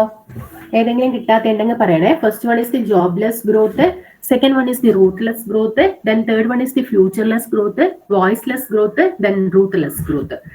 These 5 types of growth process should be avoided. Okay, economic development എന്ന് പറയുമ്പോൾ ഇതൊക്കെ നമ്മൾ ഒഴിവാക്കണം എന്ന് പറഞ്ഞിട്ടുണ്ട്. എന്തിനാന്ന് വെച്ച് കഴിഞ്ഞാൽ ജോബ്ലെസ് ഗ്രോത്ത് നിങ്ങൾക്കറിയാം. Jobless implying a growth process which does not create additional jobs create ചെയ്യാത്തത് നമുക്ക് എന്താണ്, അതൊരു ഡെവലപ്മെന്റ് പാർട്ടാണ്, നമുക്ക് പറയാൻ പറ്റില്ല. Okay, jobless growth implying a growth process which does not create additional jobs or which reduces the existing job opportunities. 2 തരത്തിലാവാം. Additional ആയിട്ട് ഗ്രോത്ത് ക്രിയേറ്റ് ചെയ്യുന്നില്ല എങ്കിലും നിലവിലുള്ള growth, existing job opportunities reduce ചെയ്യുന്ന തരത്തിലുള്ള ഗ്രോത്ത് അല്ലെങ്കിൽ ഡെവലപ്മെന്റ് പ്രോഗ്രാംസ് ആണെങ്കിൽ it's not useful to the economy or it should be avoided. Okay, then second one is the ruthless growth. It implies a growth profile which aggravates inequalities in the system. ഇക്കോണമിയിൽ inequality സൃഷ്ടിക്കുന്ന തരത്തിലുള്ള ഒരു growth ആണെങ്കിൽ it's not a possible for a good fortune. It should be avoided. Okay, മനസ്സിലായല്ലോ? Second one is the ruthless growth implying a growth profile which aggravates inequalities in the system. Okay, inequalities സൃഷ്ടിക്കുന്ന തരത്തിലുള്ളതാണെങ്കിൽ, അതായത് പൂർണ്ണ consider ചെയ്യാതെ എന്താണ് rich പീപ്പിളിനെ മാത്രം consider ചെയ്തിട്ടുള്ള ഒരു economic movement ആണെങ്കിൽ ഓർ ഇക്കണോമിക് ഡെവലപ്മെന്റ് മൂവ്മെന്റ് ആണെങ്കിൽ ഒരു സ്കീം ആണെങ്കിൽ ഇറ്റ് ഷുഡ് ബി അവോയ്ഡഡ്. അപ്പൊ അവിടെ എന്തുണ്ടാവാനുള്ള ചാൻസസ് കൂടുതലാണ്? It increases the inequalities in the economy. Okay, then third one is the futureless growth. What is futureless growth? Futureless growth implying a growth paradigm which creates non-sustainability through environmental degradation. അതായത് ഇക്കോണമിയിൽ future ഇല്ലാതാക്കി തരുന്ന തരത്തിലുള്ള growth. അതായത് നിലവിലുള്ള resources മൊത്തം ഇപ്പോഴുള്ള ആൾക്കാർ use ചെയ്തുകൊണ്ട് ഫ്യൂച്ചറിന്റെ ബെനിഫിറ്റിന് വേണ്ടി യാതൊന്നും ചെയ്യാത്ത തരത്തിലുള്ള ഇതാണെങ്കിൽ it's a non sustainability. Okay, അപ്പൊ അത് അനുവദിച്ചു കൊടുക്കാൻ പറ്റുന്നതല്ല. Okay, then next one is the voiceless growth. Voiceless growth, you know that, implying a growth process which does not improve the income of the deprived sections of the society. Deprived sections of the society means ഇക്കോണമിയിൽ ഭയങ്കര താഴേക്കടയിൽ ജീവിക്കുന്ന പോർ section ആയിട്ട് ജീവിക്കുന്ന അല്ലെങ്കിൽ ദുർബലരായിട്ട് നിൽക്കുന്ന വിഭാഗത്തിന്റെ ഇൻകത്തിൽ improvement ഉണ്ടാവുന്നില്ല എങ്കിൽ, അതായത് അവർക്കൊരു വോയിസും കൊടുക്കുന്നില്ല എങ്കിൽ, അല്ലെങ്കിൽ അവർക്ക് ഒരു കൺസിഡറേഷനും കൊടുക്കുന്നില്ല എങ്കിൽ, that type of growth process should be avoided. Okay, then next one റൂട്ട്ലെസ് growth. Rootless growth is implying a growth process which destroys the cultural roots and a traditional lifestyle of the society. നമുക്കറിയാം ഓരോ ഇക്കോണമിയിലും ഓരോ സ്റ്റേറ്റിലും എടുക്കുകയാണെങ്കിൽ ആ സ്റ്റേറ്റിന് some cultural Roots ഉണ്ട് അല്ലെ, traditional life style ഉണ്ട് അല്ലെ. ആ ലൈഫ് സ്റ്റൈലും ആ ഒരു ട്രഡീഷണൽ റൂട്ട്സും ഒക്കെ ഇല്ലാതാക്കി കൊണ്ടുള്ള, നമ്മൾ കേരളം എന്ന് പറഞ്ഞപ്പോൾ നമുക്ക് കുറെ കൺസെപ്റ്റ് ഉണ്ട്. കേരളം അല്ലെ, കേരളത്തിന്റെ ആ ഒരു സംസ്കാരം നമുക്ക് അറിയാൻ പറ്റും അല്ലെ, അവിടുത്തെ ലൈഫ് സ്റ്റൈൽ എന്താണെന്ന് അറിയാൻ പറ്റും, അവിടുത്തെ എന്താണ് പീപ്പിളിന്റെ ആ ഒരു സ്ട്രക്ചർ ഓഫ് ലിവിങ് എങ്ങനെയാണ് നമുക്ക് അറിയാൻ പറ്റും അല്ലെ. അതേപോലെ തന്നെ ഒരു ട്രഡീഷണൽ ലൈഫ് സ്റ്റൈൽ കേരളത്തിനുണ്ടെന്ന് നമുക്ക് പറയാൻ പറ്റും അല്ലെ. മറ്റ് സ്റ്റേറ്റിനെ നോക്കുമ്പോൾ നമ്മുടെ സ്റ്റേറ്റിനെ കമ്പയർ ചെയ്യുമ്പോൾ നമുക്കറിയാം അത് കേരളത്തിലില്ല, അല്ലെങ്കിൽ ഇത് കേരളത്തിലില്ല, ഇതല്ല കേരളത്തിന്റെ ലൈഫ് സ്റ്റൈൽ നമുക്കറിയാൻ പറ്റും. അതൊക്കെ അല്ല, അതിനെ ഡിസ്ട്രോയ് ചെയ്തുകൊണ്ടിരിക്കുന്ന തരത്തിലുള്ള ഒരു growth process it's not good for an economy. Okay, അപ്പം അതും നല്ലതല്ല. നമ്മുടെ ആ കൾച്ചർ നിലനിർത്തിക്കൊണ്ട്, നമ്മുടെ ആ ഒരു ട്രഡീഷണൽ ലൈഫ് സ്റ്റൈൽ നിലനിർത്തിക്കൊണ്ടുള്ള ഒരു അതാണ് റൂട്ട് അതാണ് റൂട്ട്. ഒരു സ്റ്റേറ്റിന്റെ അല്ലെങ്കിൽ ഒരു കൺട്രിയുടെ റൂട്ട് അതാണ്. ആ റൂട്ട് അല്ലെ, നമ്മൾ ഇന്ത്യ ആലോചിക്കുമ്പോൾ നമ്മൾ ഫസ്റ്റ് വരുന്നത് എന്താണ്? നമുക്ക് ഒരു എന്താ മൊത്തത്തിൽ വിവിധ മതസ്ഥരായിട്ടുള്ള ആൾക്കാർ, വിവിധ കൾച്ചറൽ ആൾക്കാർ കൂടിച്ചേരുന്ന, നമ്മൾ എപ്പോഴും മനസ്സിൽ പറയുന്നുണ്ട് നാനാത്വത്തിൽ ഏകത്വം എന്ന് പറഞ്ഞിട്ടുള്ളതാണ് നമ്മുടെ ഇന്ത്യയെ നമ്മൾ ആലോചിക്കുമ്പോൾ. കേരളത്തിനെ ആലോചിക്കുമ്പോൾ നമുക്കൊരു ട്രഡീഷണൽ ആയിട്ടുള്ള ഒരു ഓവർവ്യൂ ആണ് നമ്മളെ കണ്ണിൽ വരുന്നത് അല്ലെ. അപ്പം ആ തരത്തിൽ ഇപ്പം എന്താണ് നമ്മുടെ ഒരു നാടിന്റെ ആ ഒരു സ്റ്റൈല്, അപ്പൊ ആ തരത്തിലുള്ള ഒരു കൾച്ചർ എപ്പോഴും നിലനിർത്തിക്കൊണ്ടിരിക്കുന്നതായിരിക്കണം. അപ്പൊ അതൊക്കെയാണ് ഗ്രോത്ത്. അതിന്റെയൊക്കെ വളർച്ചയാണ് നമ്മൾ ഗ്രോത്ത് കൊണ്ട് ഉദ്ദേശിക്കുന്നത്. ഓക്കെ, അപ്പൊ ഒരു ഗ്രോത്ത് എന്നുള്ളൊരു കൺസെപ്റ്റ് വരുമ്പോൾ നമുക്ക് ഓരോ ഇന്ത്യക്കാരനും അല്ലെങ്കിൽ ഒരു പൗരൻ എന്നുള്ള രീതിയിൽ അറിഞ്ഞിരിക്കേണ്ട കാര്യങ്ങളാണ് നമ്മളിവിടെ പറയുന്നത്. ഓക്കെ, അപ്പം 5 types of growth process should be avoided. First one, jobless growth. Then second one, ruthless growth. It's related to inequalities. Okay, futureless growth related to non-sustainability. Then voiceless growth related to income of the deprived sections, and rootless growth is the cultural roots and traditional lifestyle roots. Okay, അപ്പൊ ഇത്രയൊക്കെ ഇങ്ങനെയുള്ളൊക്കെ ആണെങ്കിൽ നമുക്ക് അത് avoid ചെയ്യണം എന്നുള്ള രീതിയിലാണ് പറയുന്നത്. Okay, അതായത് in view of the above, the quality of life is regarded as an important index of development. അല്ലെ, അതായത് ഡെവലപ്മെന്റ് ഉദ്ദേശിക്കുന്ന നമ്മളെ ക്വാളിറ്റി ഓഫ് ലൈഫ് ആണ് നോക്കുന്നത്, അവരുടെ സ്റ്റാൻഡേർഡ് ഓഫ് ലിവിങ് എങ്ങനെയാണെന്ന് അല്ലെ. അതാണ് നമ്മളുടെ ഡെവലപ്മെന്റ് ഉദ്ദേശിക്കുന്നത്. It is contended that such quality is not adequately reflected in the index of per capita income growth. ആ ക്വാളിറ്റി നമുക്ക് ഇൻകം ഗ്രോത്തിൽ കാണാൻ പറ്റില്ല. ഒരു കൺട്രിയുടെ പെർ ക്യാപിറ്റ ഇൻകം ഇൻക്രീസ് ചെയ്തിനെന്ന് പറയുമ്പം നമുക്ക്, അതായത് അവിടെ ഗ്രോത്ത് ഉണ്ടായെന്ന് പറയുമ്പം അവിടെയുള്ള ക്വാളിറ്റി ഓഫ് ലൈഫ് എങ്ങനെയാണെന്ന് നമുക്ക് പറയാൻ പറ്റില്ല. എല്ലാവരുടെയും ഗ്രോത്ത് ഇൻക്രീസ് ചെയ്തിട്ടുണ്ടോ, അല്ലെങ്കിൽ അവരുടെ വെൽഫെയർ, ആ ഇക്കോണമിയുടെ വെൽഫെയർ കണ്ടീഷൻ എങ്ങനെയാണ് നമ്മൾ അതിൽ എക്സ്പ്ലെയിൻ ചെയ്യുന്നില്ല. ഓക്കെ, ഓൺലി എന്താണ് പെർ ക്യാപിറ്റ ഇൻകം ഗ്രോത്ത് മാത്രമാണ് നമ്മൾ ഗ്രോത്ത് കൺസിഡർ ചെയ്യുമ്പോൾ എടുക്കുന്നത്. At the same time development ആണ് നമ്മൾ എടുക്കുന്നുണ്ടെങ്കിൽ എന്താണ് ഇതിൽ quality of life is also included. Quality of life നമുക്ക് എങ്ങനെയാണെന്ന് പറയാൻ പറ്റും. ഓക്കെ, അപ്പം ഇത്രയൊക്കെയാണ് നമ്മൾ അതിന്റെ എന്താണ് ഇക്കണോമിക് ഡെവലപ്മെന്റ്, ഇക്കണോമിക് ഗ്രോത്ത് എന്നുള്ള രീതിയിലുള്ള ആ ഒരു ഡിസ്റ്റിങ്ഷനും അതുമായിട്ട് ബന്ധപ്പെട്ട കാര്യങ്ങളൊക്കെ പറയുന്നത്. മനസ്സിലായല്ലോ? പിന്നെ അത് മാത്രമല്ല several factors are also involve in the measurement of such quality of life. എന്തൊക്കെയാണ് ക്വാളിറ്റി ഓഫ് ലൈഫിൽ പറയുന്നത്? നമുക്കൊരു വ്യക്തിയുടെ ക്വാളിറ്റി ഓഫ് ലൈഫ് ഉദ്ദേശിക്കുന്നത് നമുക്ക് അവരുടെ എഡ്യൂക്കേഷൻ അല്ലെ, education and literacy rates, life expectancy ഇപ്പൊ പറഞ്ഞിട്ടുണ്ട്, life expectancy and level of nutrition, consumption of energy per head, അങ്ങനെ കുറെ കാര്യങ്ങൾ കൺസിഡർ ചെയ്തിട്ടാണ് നമ്മൾ ക്വാളിറ്റി ഓഫ് ലൈഫ് നോക്കുന്നത് അല്ലെ. അപ്പം ഈ ഫാക്ടേഴ്സിൽ some factors are non monetary and while others are measure in monetary അല്ലെ. മോണിറ്ററി ലെവൽ അത് പണപരമായിട്ട് നമുക്ക് ഇതിനെ മെഷർ ചെയ്യാൻ പറ്റും, ചിലപ്പോൾ നമുക്ക് അങ്ങനെ മെഷർ ചെയ്യാൻ പറ്റില്ല അല്ലെ. ഇപ്പൊ ലൈഫ് എക്സ്പെക്ടൻസി ഒക്കെ ആണെങ്കിൽ നമുക്ക് അതിനെ അങ്ങനെ മെഷർ ചെയ്യാൻ പറ്റും. എഡ്യൂക്കേഷൻ ആക്കുമ്പോൾ അത് ക്വാളിറ്റേറ്റീവ് ആണ്. അപ്പൊ ആ തരത്തിലാണ് നമ്മൾ നോക്കുന്നത്. ഓക്കെ, അപ്പൊ ഇതൊക്കെ ഈ ഇക്കണോമിക്കും നോൺ അല്ലെങ്കിൽ മോണിറ്ററി അല്ലെങ്കിൽ നോൺ മോണിറ്ററി ഫാക്ടേഴ്സ് ഒക്കെ ഇൻക്ലൂഡ് ചെയ്തുകൊണ്ടുള്ള ഒരു ക്വാളിറ്റി ഓഫ് ലൈഫ് ആണ് ഇക്കണോമിക് ഡെവലപ്മെന്റിലൂടെ നമ്മൾ നോക്കുന്നത്. ക്ലിയർ ആണല്ലോ? അപ്പം ഇത്രയാണ് ഒരു ഇക്കണോമിക് ഡെവലപ്മെന്റും ഇക്കണോമിക് ഗ്രോത്തും തമ്മിലുള്ള ഡിഫറൻസസും അതുമായിട്ട് റിലേറ്റഡ് ആയിട്ടുള്ള കാര്യങ്ങളൊക്കെ. എനിക്ക് തോന്നുന്നു ആ ഭാഗം ക്ലിയർ ആയിട്ടുണ്ടാവും തോന്നുന്നു.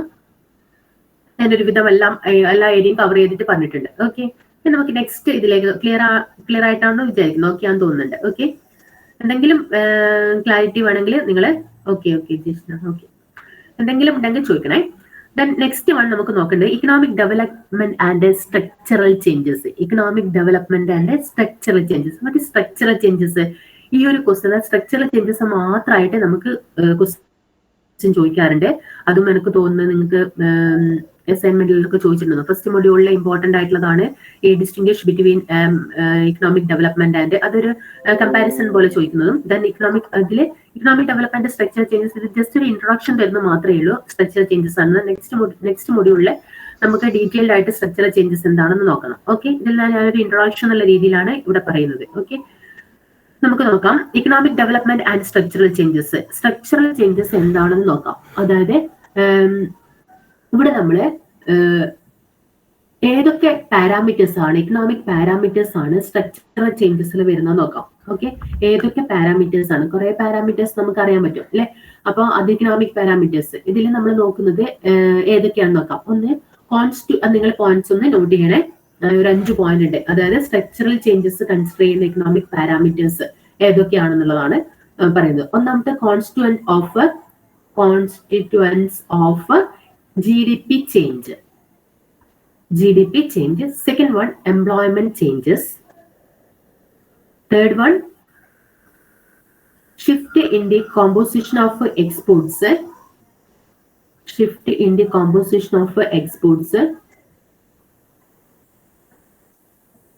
Next one, rate of increases in population.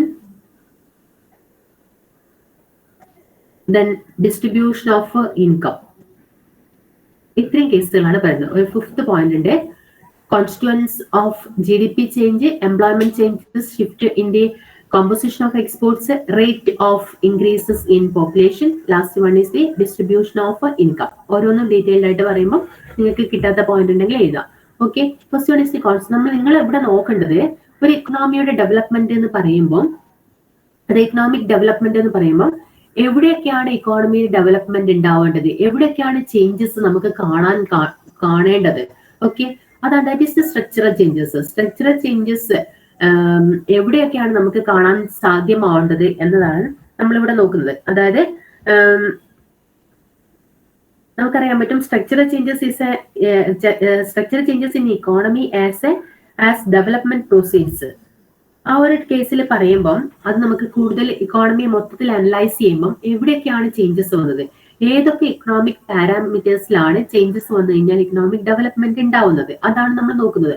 First one is the constituents of GDP change. നമുക്കറിയാം GDP-യിൽ ചേഞ്ച് വന്നാലേ നമുക്കത് ഇക്കോണമി ഇംപ്രൂവ്ഡ് ആയിട്ട് എന്തെന്ന് പറയാൻ പറ്റുള്ളൂ അല്ലെ. ആ GDP മുന്നേ ഉള്ളതിനേക്കാളും കൂടുതൽ ഇൻക്രീസ് ചെയ്ത് കഴിഞ്ഞാൽ നമുക്ക് പറയാൻ പറ്റും there is N economic development. Okay, so in terms of percentage shares, അതായത് പിന്നെ അത് മാത്രമല്ല എന്താണ് GDP എന്ന് പറഞ്ഞാൽ നമുക്ക് അറിയാൻ പറ്റും കുറെ ഇതിന്റെ ഷെയർ ആണ് അല്ലെ. പ്രൈമറി സെക്ടറിന്റെയും സെക്കൻഡറി സെക്ടറിന്റെയും ടെർഷ്യറി സെക്ടറിന്റെ ഒക്കെ ഷെയർ ആണ് നമ്മളെ GDP എന്ന് പറയുന്നത് അല്ലെ, ഗ്രോസ് ഡൊമസ്റ്റിക് പ്രൊഡക്റ്റ് എന്ന് പറയുന്നത്.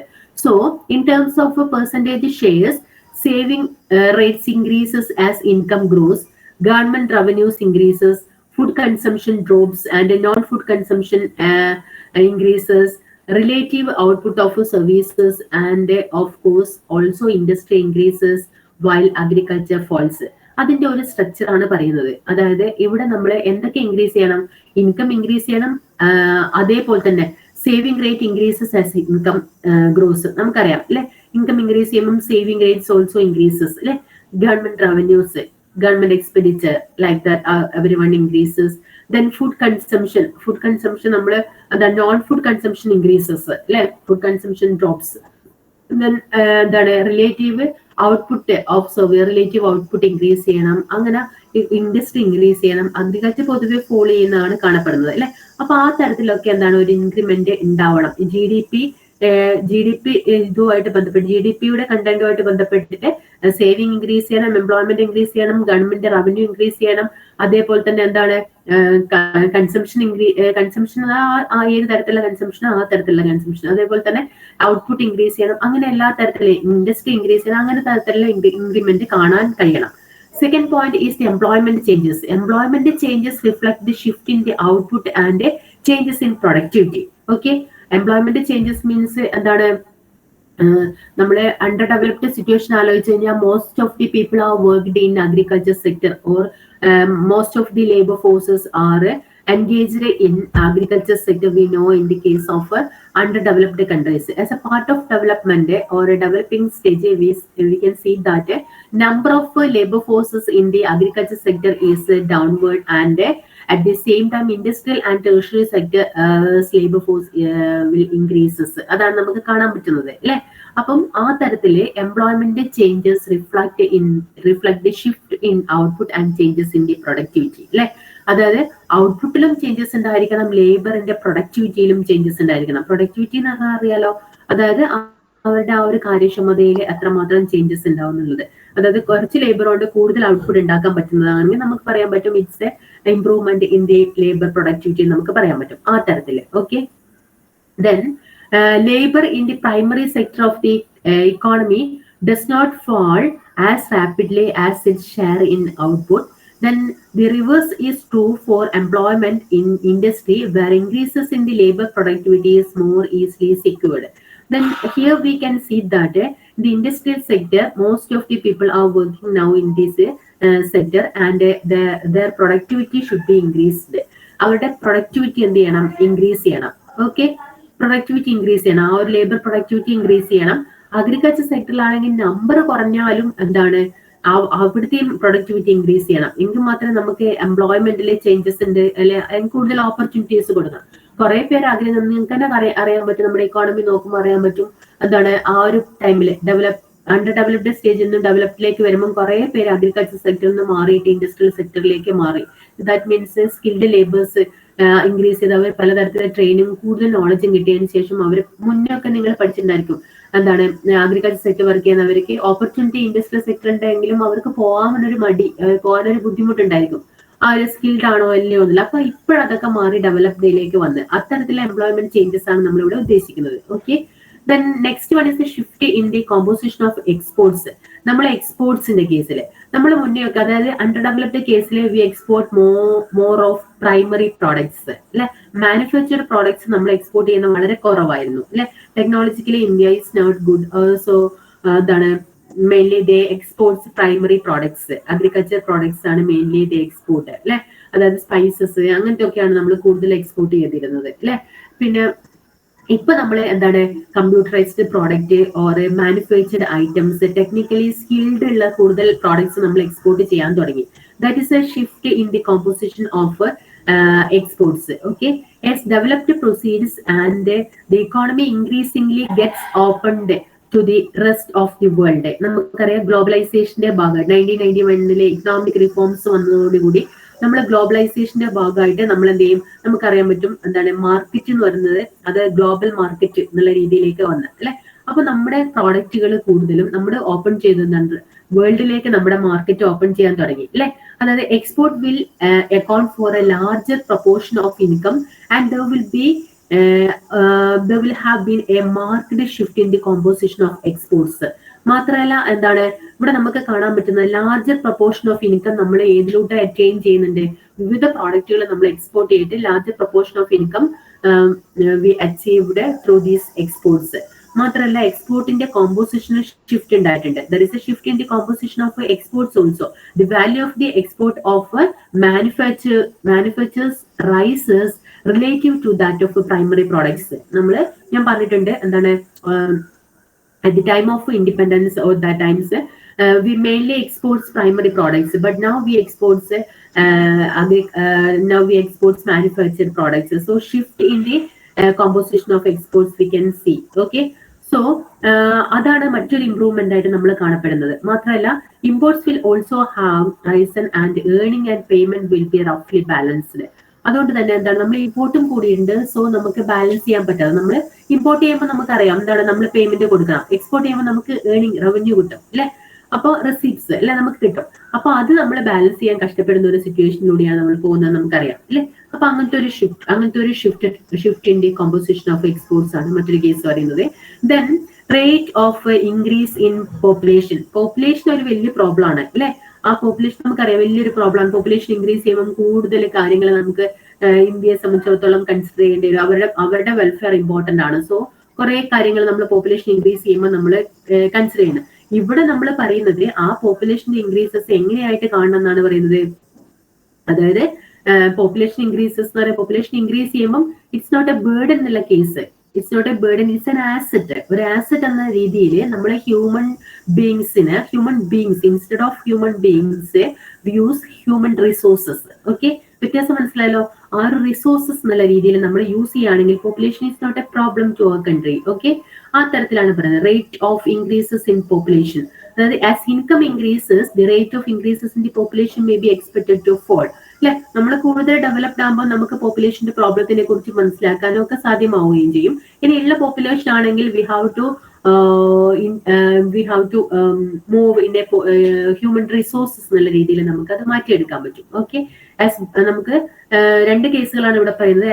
നമുക്ക് കൂടുതൽ നോളജ് ഉണ്ടാവുമ്പോൾ അല്ലെങ്കിൽ നമുക്ക് പോപ്പുലേഷന്റെ ഇതിനെ കുറിച്ച് അറിയുമ്പോൾ നമ്മൾ എന്ത് ചെയ്യും, population may be expected to fall ആ ഒരു ടൈപ്പിലേക്ക് വരികയും ഇനി നിലവിലുള്ള പോപ്പുലേഷൻ നമ്മൾ ഹ്യൂമൻ ബീങ്സ് എന്ന് കൺസിഡർ ചെയ്യാതെ എന്താണ് ഹ്യൂമൻ റിസോഴ്സസ് എന്നുള്ള രീതിയിലേക്ക് മാറ്റിയെടുക്കാനും ഇക്കോണമിക് ഒരു ഡെവലപ്മെന്റ് ഉണ്ടാക്കിയെടുക്കാനുള്ള ശ്രമം ഉണ്ടാവുകയും ചെയ്യും. Okay, the population would still increasing the gradually the rate of growth will tend to.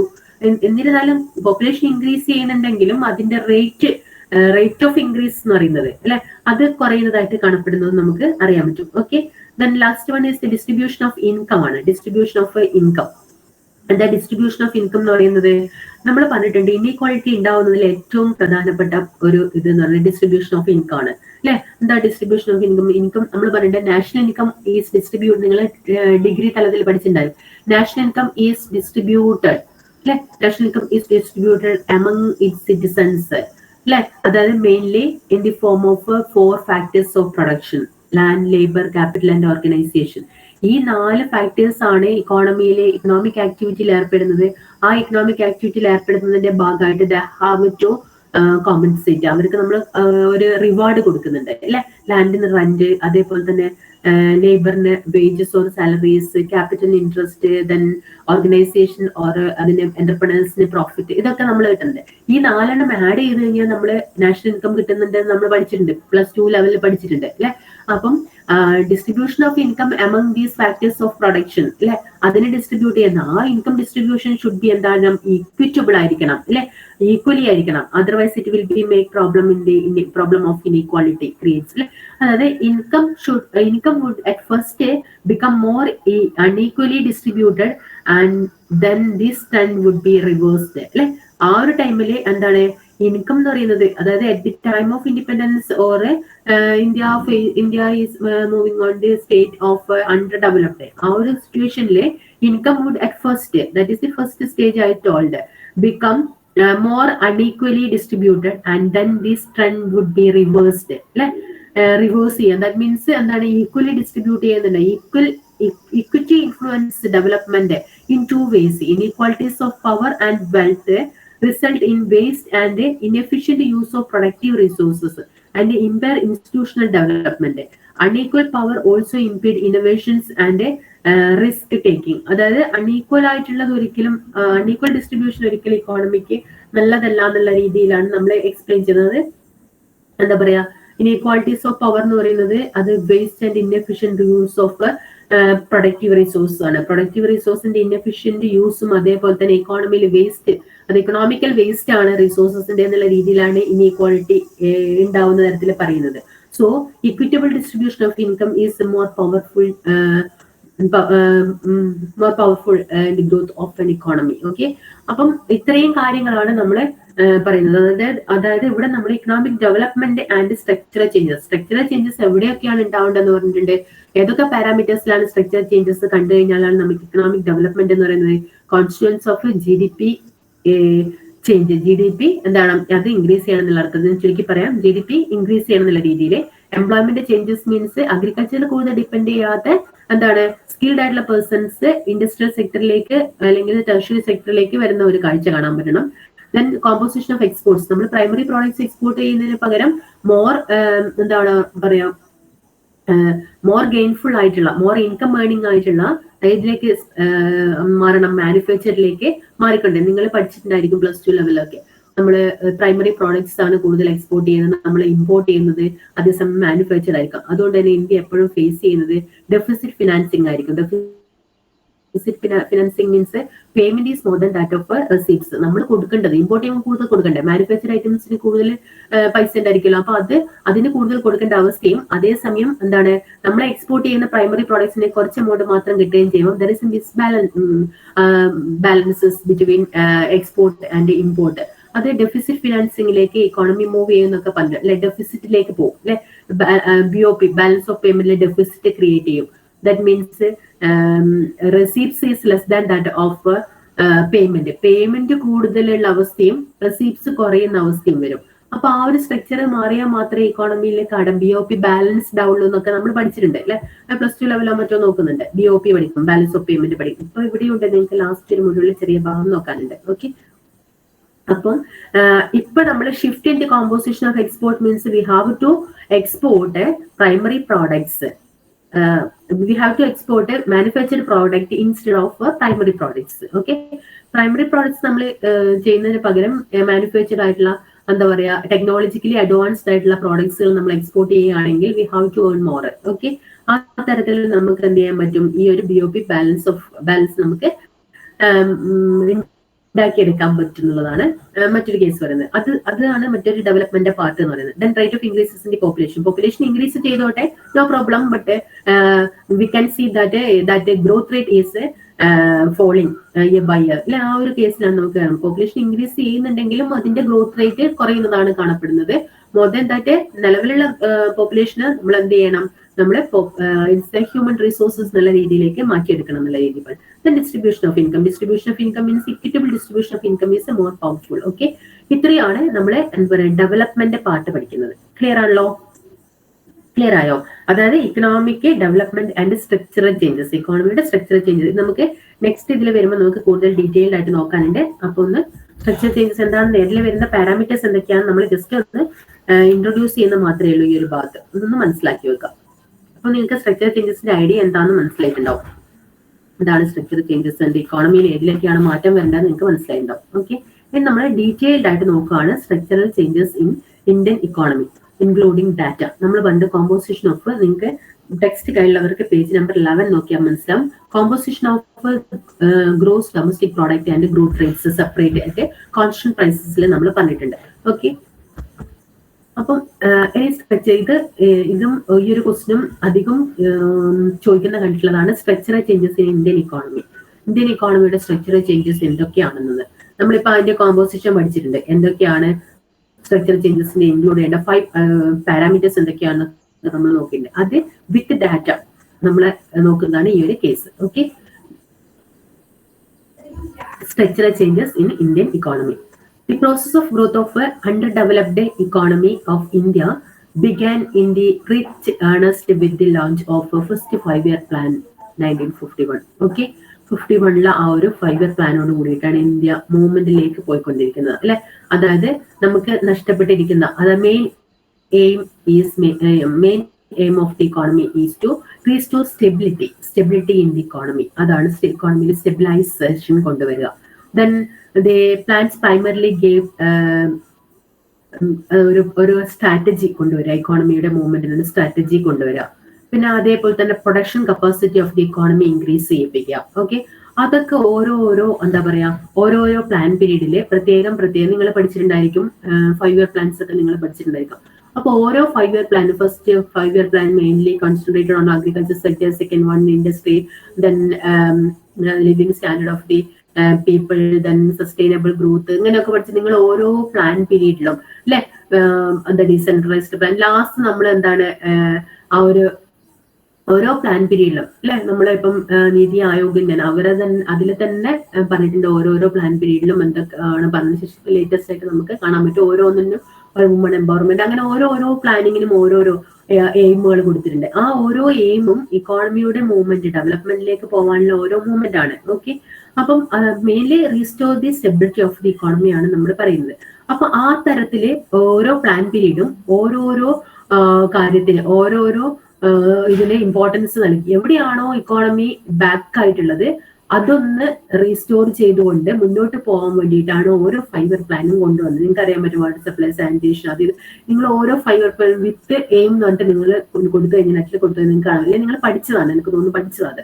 അപ്പൊ അത് കണ്ടപ്പോൾ നിങ്ങൾക്ക് അറിയാൻ പറ്റും. അപ്പൊ അങ്ങനെ ഓരോ ഡെവലപ്ഡ്, അതായത് ഓരോ ഇപ്പൊ വീക്കർ സെക്ഷൻ ആണെങ്കിൽ അവരുടെ ഡെവലപ്മെന്റ്, സസ്റ്റൈനബിലിറ്റി ആണെങ്കിൽ അത്, അതേപോലെ തന്നെ എന്താ പറയാ സെൽഫ് സഫീഷ്യന്റ് ആയിരിക്കുക എന്നതാണെങ്കിൽ അത്, അങ്ങനെ ഓരോന്നിനും ഓരോ പ്രാധാന്യം കൊടുത്തുകൊണ്ട് ഇക്കോണമി മൂവ് ചെയ്തിട്ട് ഇക്കോണമിയിൽ മൊത്തത്തിൽ ഒരു ഡെവലപ്മെന്റ് എടുക്കുക. ഒരു ഏരിയയും അല്ലെങ്കിൽ ഒരു സെക്ടറും ഡൗൺ ആയിട്ട് പോവാതെ എല്ലാ സെക്ടറിനും ഇമ്പോർട്ടൻസ് കൊടുത്തുകൊണ്ടാണ് നമ്മൾ 5 year പ്ലാൻസ് ഒക്കെ കൊണ്ടുവരുന്നത്. എവിടെയാണോ വീക്ക് ആയിട്ടുള്ളത് അതിന് നെക്സ്റ്റ് പ്രാധാന്യം കൊടുത്തുകൊണ്ട് അതിനെ ഇംപ്രൂവ് ചെയ്യിപ്പിക്കുക എന്നതാണ് ഉദ്ദേശം വരുന്നത്. ഓക്കെ, അങ്ങനെ ഡെവലപ്പ് ചെയ്തിട്ടാണ് ഒരു സ്ട്രക്ചറൽ ചേഞ്ചസ് ഇക്കോണമിയിൽ നേടിയെടുക്കാൻ പറ്റിയിട്ടുള്ളത്. That means from underdeveloped countries, underdeveloped country label, ആ ഒരു ലേബലാണ് എന്തിനുണ്ടായത്, ഇന്ത്യക്ക് ഉണ്ടായത്. അതിൽ നിന്നും മാറി ഒരു ഡെവലപ്പിംഗ്, മൂവിങ് ടു ഡെവലപ്ഡ് എന്ന സ്റ്റേജിലേക്ക് എത്തിക്കൊണ്ടിരിക്കുന്നത് അല്ലെങ്കിൽ എത്താൻ സാധ്യമാക്കുന്നത് ഇങ്ങനെയുള്ള കാര്യങ്ങളാണ്. അപ്പൊ അതിനാണ് നമ്മൾ സ്ട്രക്ചറൽ ചേഞ്ചസ് എന്നുള്ള രീതിയിൽ പറയുന്നത്. മനസ്സിലായിട്ടുണ്ടാവുമെന്ന് കരുതുന്നു. അതായത് എന്താണ് സ്ട്രക്ചറൽ ചേഞ്ചസ് ഇക്കോണമിയിൽ ഉണ്ടാക്കുക. ഇന്ത്യയുടെ സ്ട്രക്ചറിൽ ഉണ്ടായ changes from under developed at the time of independence and now, ആ ഒരു ഡിഫറൻസസ് എത്ര മാത്രമാണെന്നുള്ളത്. അതായത് അത് ഓരോന്നും എങ്ങനെയാണെന്ന് ഫസ്റ്റ് നമ്മൾ കോമ്പോസിഷൻ ഓഫ് ഗ്രോസ് ഡൊമസ്റ്റിക് പ്രോഡക്റ്റിന്റെ കോമ്പോസിഷൻ എങ്ങനെയാണെന്നുള്ളത് നമ്മളിപ്പോ നോക്കി കഴിഞ്ഞിട്ടുണ്ട്. ജസ്റ്റ് അതിന്റെ ഡാറ്റയാണ് ഇവിടെ പറയുന്നത്. നിങ്ങൾക്ക് കാണാൻ പറ്റും, ഡാറ്റ നോക്കുമ്പോൾ മനസ്സിലാക്കാൻ പറ്റുന്നത് നമ്മളെ ഇപ്പൊ കോമ്പോസിഷൻ ഓഫ് GDP ഞാൻ പറഞ്ഞിട്ടുണ്ട്.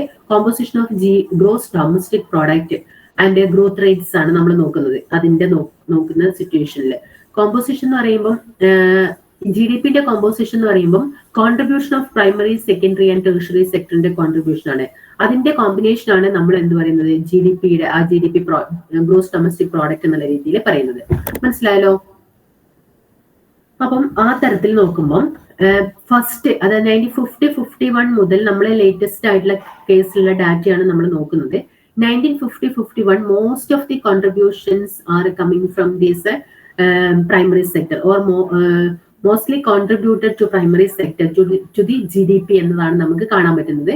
At the same time, secondary and tertiary sectors contribution is very less compared to primary sector. Okay, primary sector we know that it's an agriculture or allied activities. Then secondary means industrial sector and tertiary means telecommunication, banking, like that. Okay, you know, okay, service sector. Okay, then but what are the contributions of these two and what is the structure of these contributions that makes the economy more developed? ആ ഒരു കണ്ടീഷനാണ് നമ്മൾ നോക്കുന്നത്. നമുക്കറിയാൻ പറ്റും developed കൺട്രീസിലാണെങ്കിൽ contribution of tertiary sector is more compared to primary and secondary. അത് അതേപോലെയുള്ള ഒരു മൂവ്മെന്റിലേക്ക് നമ്മുടെ ഇക്കോണമി മാറിക്കൊണ്ടിരിക്കുകയാണ് എങ്കിൽ that means India is moving to developed countries എന്നുള്ള രീതിയിലേക്കാണ് പോകുന്നത്. Some problem is there, at the same time movement we can see that it's like okay. Then composition of GDP gross domestic product ഇവിടെ നമ്മൾ പറയുന്നത് when the country is in the state of underdevelopment starting മുതൽ പറയാണ് at the time of 1950-51 അതായത് before or at the time of independence. Okay, when the country is in the state of underdevelopment, primary sector that is agriculture and allied occupations makes the largest contribution to the national income. Okay, as an economy grows and gets developed, the contribution of the industrial and service sector gradually increases. That is the identity of the improvement of the country. Okay, ആ ഒരു കേസിലാണ് നമ്മൾ പറയുന്നത്. മനസ്സിലായില്ലേ? അതായത് largest share എന്ന് പറയുന്നത് contribution of national ഇൻകത്തിലെ ലാർജസ്റ്റ് ഷെയർ എന്ന് പറയുന്നത് at the time of independence it is from agriculture sector, but now it is from the contribution of industrial and service sector. Okay, അത് ഗ്രാജുവലി ഇൻക്രീസ് ചെയ്യാൻ നമുക്ക് കാണാൻ പറ്റുന്നുണ്ട്. ആ ഒരു ഡാറ്റ നോക്കിക്കഴിഞ്ഞാൽ 50-51 ഡാറ്റ മുതൽ 2011-12 വരെയുള്ള ഡാറ്റയാണ് ഇവിടെ കൊടുത്തിട്ടുള്ളത്. അതിൽ നിങ്ങൾക്ക് കാണാൻ പറ്റുന്നത് പ്രൈമറി സെക്ടറിന്റെ കോൺട്രിബ്യൂഷൻ എന്ന് പറയുന്നത് അത് 56% ആയിരുന്നു at the time of independence or first year 5 year plan. 50-50 ഞാൻ ഡാറ്റ മാത്രം ബുക്ക് കയ്യില്ലാത്തവർക്ക് മനസ്സിലാകാൻ വേണ്ടിയിട്ട് ഡാറ്റ വായിക്കാം. അതായത് share of primary sector at the time of 1950-51 it was 56%. Okay, 56%. But now in 2011-12 അതിന്റെ ഡാറ്റയാണ് ഇതിൽ ലാസ്റ്റ് ആയിട്ട് കാണിക്കുന്നത്. That is only 13.9. അപ്പൊ നിങ്ങൾക്ക് വ്യത്യാസം മനസ്സിലായല്ലോ. അപ്പം അഗ്രികൾച്ചർ സെക്ടറിന്റെ ആ ഒരു വ്യത്യാസം നിങ്ങൾക്ക് മനസ്സിലായല്ലോ. 56% ആയിരുന്നു അപ്പോഴുണ്ടായിരുന്നത്, but now it's only 13.9%. Okay, ഈ ഡാറ്റ ഇതിലുള്ള ഡാറ്റ ഞാൻ പറയാണ്. ദെൻ സെക്കൻഡറി സെക്ടറിന്റെ നിങ്ങൾക്ക് കാണാൻ പറ്റും 50-51 ഇറ്റ്സ് ഓൺലി 16%. ഓക്കെ, ഷെയർ ആണ് പ്രൈമറി സെക്ടർ. സെക്കൻഡറി സെക്ടറെ ആർക്ക് കൊടുത്തിരിക്കുന്നത്? GDP-ക്ക് കൊടുത്തിട്ട്. But now it is 27%. ഓ, and then we can see that it's an increases from 16 to 27. Okay, the next tertiary sector or service sector, the contribution is only 28% at the time of first 5 year plan, but now it's 2011-12 it's 59%. Okay, 59% ആയിട്ട് increase ചെയ്യുന്നത് കാണാൻ പറ്റും. അപ്പൊ ഇതില് മൂന്നെണ്ണത്തിലും വെച്ച് 3 സെക്ടറിലും വെച്ച് നോക്കുമ്പോൾ ഏറ്റവും കൂടുതൽ കോൺട്രിബ്യൂഷൻ ഇൻ 2011 കാണുന്നത് 59% ആണ്. It's from tertiary sector or service sector. Okay, നമുക്ക് കാണാൻ പറ്റുന്നത് അമേരിക്ക പോലുള്ള അല്ലെങ്കിൽ ഡെവലപ്ഡ് കൺട്രീസിൽ കാണാൻ പറ്റുന്നത് കോൺട്രിബ്യൂഷൻ ഓഫ് ടെറിഷറി സെക്ടറിന്റെ ഇൻക്രീസസ് ആണ് കാണാൻ പറ്റുന്നത്. അതേപോലെയുള്ള ഒരു മൂവ്മെന്റ് ആണ് നമുക്ക് ഇന്ത്യയിലും കാണാൻ പറ്റുന്നത്. അതാണ് ഇന്ത്യയുടെ structural changes in the case of sector vice. മനസ്സിലായല്ലോ? സെക്ടർ വൈസ് ചേഞ്ചസ് എന്ന് പറയുന്നത് ഇതാണ്. ഫസ്റ്റ് അഗ്രികൾച്ചർ സെക്ടറിൽ നിന്നുള്ള കോൺട്രിബ്യൂഷൻ ആയിരുന്നു first, but now contribution of tertiary sector is the first position. Okay, ആ ഒരു ചേഞ്ചസ് അതാണ് സ്ട്രക്ചറൽ ചേഞ്ചസ്. പ്രൈമറിയിൽ നിന്നും മാറി ടെറിഷറി സർവീസ് സെക്ടർ എന്ന് പറഞ്ഞാൽ ബാങ്കിങ്, ടെലികമ്മ്യൂണിക്കേഷൻ, നിങ്ങൾക്ക് അറിയാം അതൊക്കെ. ടെലികമ്മ്യൂണിക്കേഷൻസ് അങ്ങനത്തെ ട്രാൻസ്പോർട്ട് അതൊക്കെയാണ് വരുന്നത്. അപ്പം ഹൈലി ഡെവലപ്ഡ് ആയിട്ടുള്ള സ്റ്റേജിലായിരിക്കും അത്രയും അതിലൊക്കെ ബെറ്റർ ആയിട്ടുള്ള ഒരു ഇംപ്രൂവ്മെന്റ് കാണപ്പെടുന്നത്. അപ്പൊ അതാണ് അതിന്റെ കോൺട്രിബ്യൂഷൻ ആണ് GDP-യിൽ കൂടുതലായിട്ട് വരുന്നത്. അപ്പൊ നമുക്ക് പറയാൻ പറ്റും ഇന്ത്യ ഏതിലേക്ക് പോവുകയാണെന്ന്. അതായത് ഡെവലപ്ഡ് കൺട്രിയുടെ ആ ഒരു പൊസിഷൻ കേരളത്തിന്റെ നോക്കുമ്പോൾ അതേപോലെ തന്നെ നമുക്ക് കാണാൻ പറ്റും. സ്റ്റേറ്റ് ഡൊമസ്റ്റിക് പ്രോഡക്റ്റ് നോക്കുമ്പോഴും അതിന്റെ കോൺട്രിബ്യൂഷൻ നോക്കുമ്പോൾ നമുക്ക് അതേ രീതിയിലാണ് കാണപ്പെടുന്നത്. മൂവ്മെന്റ് കേരളം പിന്നെ എക്സ്ട്രാ ഒരു മോഡലാണ് അല്ലെ. അതായത് കേരള മോഡൽ ഡെവലപ്മെന്റ് എന്ന് പറഞ്ഞിട്ട് നമ്മൾ പഠിച്ചിട്ടുണ്ടായിരിക്കും അല്ലെ. അപ്പം ആ ഒരു ലെവലിലാണ് അല്ലെ. അതായത് അഡ്വാൻസ്ഡ് കൺട്രീസിന്റെ സെയിം ഒരു സ്ട്രക്ചർ ആണ് കേരളത്തിന് കാണാൻ പറ്റുന്നത്. അപ്പൊ ഇന്ത്യയെ സംബന്ധിച്ചിടത്തോളം നമുക്ക് പറയാൻ പറ്റുന്നത് contribution of tertiary sector increased ആണ് കമ്പയർഡ് ടു അതർ സെക്ടേഴ്സ് എന്നുള്ള രീതിയിലാണ്. ഇത് ഏതിന്റെ സൂചനയാണ്? ഒരു ഡെവലപ്മെന്റിന്റെ സൂചനയാണ്. ഓരോ ഡെവലപ്ഡ് കൺട്രീസ് ഫീൽ ചെയ്യുന്ന അവരുടെ ഒരു ലെവലിലാണ് നമുക്ക് കാണാൻ പറ്റുന്നതാണ് പറയുന്നത്. മനസ്സിലായല്ലോ? അതാണ് സ്ട്രക്ചറൽ ചേഞ്ചസ്. സ്ട്രക്ചറലിന്റെ സെക്ടർ വൈസ് സ്ട്രക്ചറൽ ചേഞ്ചസ് എന്ന് പറയുന്നത് ഇതാണ് ഒരു കോമ്പോസിഷൻ. ഓക്കെ, അപ്പം ഇനി നെക്സ്റ്റ് നമുക്ക് നോക്കാനുള്ളത് അതിന്റെ ഡീറ്റെയിൽസ് ആണ് ഇവിടെ പറയുന്നത്. അതായത് growth service sector has become the growth driver in the Indian economy. അപ്പൊ ഈ ഡാറ്റയിൽ നമുക്ക് മനസ്സിലാക്കാൻ സാധിക്കുന്നത് സർവീസ് സെക്ടർ എന്ന് പറയുന്നത് now become the growth driver in an Indian economy. Presently about 2/3 of the incremental growth in the Indian economy can be attributed to the tertiary sector. This pattern of structural changes in Indian economy has derived from the development pattern of Western and Southeast Asian economies. Those economies experienced the first shift from primary to secondary sector and only to their advanced stage Did they experience a significant shift in favor of tertiary sector? അങ്ങനെയാണ് ഒരു development കാണുന്നത്. അത് western കൺട്രീസിന് അല്ലെങ്കിൽ south east Asian developed ഇക്കോണമീസിന് നമുക്ക് കാണാൻ പറ്റുന്നത് അവിടെയുള്ള structural movement എങ്ങനെയായിരുന്നു? ആദ്യം അവരും പ്രൈമറി സെക്ടർ ആയിരുന്നു, പിന്നെ കോൺട്രിബ്യൂഷൻ കൂടിയത് സെക്കൻഡറി സെക്ടറിലേക്ക് മാറി, പിന്നെ അവരെ ടെർഷ്യറി സെക്ടറിന്റെ പ്രാധാന്യം ടെർഷ്യറി സെക്ടർ ആണ് സിഗ്നിഫിക്കന്റ് ആയിട്ട് കാണപ്പെട്ടില്ല. അതേ രീതിയിൽ നിങ്ങൾക്ക് സെൻട്രൽ നോക്കിയാൽ ഡാറ്റയുടെ സെൻട്രൽ നോക്കിയാൽ കാണാൻ പറ്റും. അതായത് എന്താ പറയാ ഒരു 80s കാണാൻ പറ്റുന്നത് ആ ഒരു മൂവ്മെന്റ് ആണ് നമുക്ക് കാണാൻ പറ്റുന്നത്. ആ തരത്തിലുള്ള ടെർഷ്യറി സെക്ടർ ആണ് ലാസ്റ്റ് നിലനിൽക്കുന്നത്. It's an engine off economic growth എന്നുള്ള രീതിയിൽ ടെർഷ്യറി സെക്ടർ അതേ രീതിയിലുള്ള ഒരു മൂവ്മെന്റ് ആണ് ഇന്ത്യയിലും കാണാൻ പറ്റുന്നതാണ് നമുക്ക് പറയാൻ പറ്റുന്നത്. അതായത് this pattern of growth underlines the link between the growing poverty and unemployment and inadequate growth of manufacturing and industrial activities of the അതായത് ഇവിടെ നമ്മള് എന്താണ് കൂടുതൽ അഗ്രികൾച്ചർ സെക്ടറിനേക്കാളും കൂടുതൽ ജോബ് ഓപ്പർച്യൂണിറ്റീസ് കൊടുക്കുന്നത് ടെർഷ്യറി സെക്ടർ എന്നുള്ള രീതിയിൽ നമുക്ക് പറയാൻ പറ്റും. അതേപോലെ തന്നെ സ്കിൽഡ് ആയിട്ടുള്ള പീപ്പിൾസ് കൂടുതലും എൻഗേജ് ചെയ്യാൻ പറ്റുന്നതാണ് ടെർഷ്യറി സെക്ടർ. അതുകൊണ്ട് ഹ്യൂമൻ റിസോഴ്സസ് എന്ന നിലയിലും അഡ്വാൻസ്ഡ് ടെക്നോളജി എന്ന നിലയിലും ഇന്ത്യയുടെ മൂവ്മെന്റ് ആണ് നമുക്ക് ടെർഷ്യറി സെക്ടറിന്റെ വളർച്ചയിലൂടെ അല്ലെങ്കിൽ കോൺട്രിബ്യൂഷൻ ടു ദി GDP-യിലൂടെ നമുക്ക് കാണപ്പെടുന്നത് എന്നതാണ് ഇതിൽ എക്സ്പ്ലെയിൻ ചെയ്യുന്നത്. മനസ്സിലായിട്ടുണ്ടാവും എന്ന് വിചാരിക്കുന്നു. ഓക്കെ, കാരണം എന്താ വെച്ചാല് എന്താണ് സൗത്ത് ഈസ്റ്റ് കൺട്രീസും അതേപോലെ തന്നെ വെസ്റ്റേൺ കൺട്രീസിലും അവരുടെ എക്സ്പീരിയൻസ് കാണുന്നത് എന്താണ്? First shift from primary to secondary sector and only in their advanced stages did they experience a significant shift in the favor of a tertiary sector. That pattern of development enabled them to transfer growing labor force from primary sector to secondary sector and last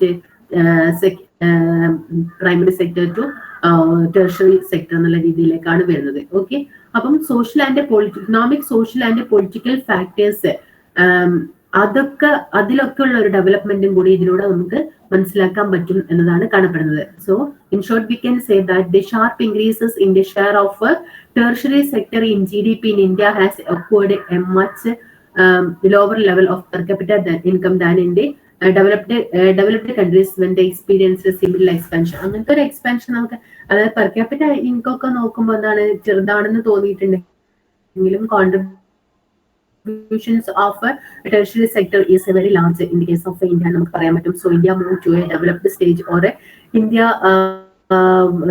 ഇന്ത്യയെ സംബന്ധിച്ചിടത്തോളം ഒരു structural change അവിടെ ഉണ്ടായിട്ടുണ്ട് നമുക്ക് പറയാൻ പറ്റും. Okay, അതാണ് ഒരു സ്ട്രക്ചറൽ ചേഞ്ചസ് കൊണ്ട് നമ്മൾ ഉദ്ദേശിക്കുന്നത്. മനസ്സിലായിരുന്നല്ലോ? ആ സെക്ടർ വൈസ് ഉള്ള ചേഞ്ചസ് ആണ് സ്ട്രക്ചറൽ ചേഞ്ചസ് ഉള്ള കോൺട്രിബ്യൂഷൻ ഉള്ള ചേഞ്ചസ് ആണ് പറയുന്നത്. ക്ലിയർ ആയാലോ? എന്താണ് സ്ട്രക്ചറൽ ചേഞ്ചസ്? ക്ലിയർ ആയാലോ?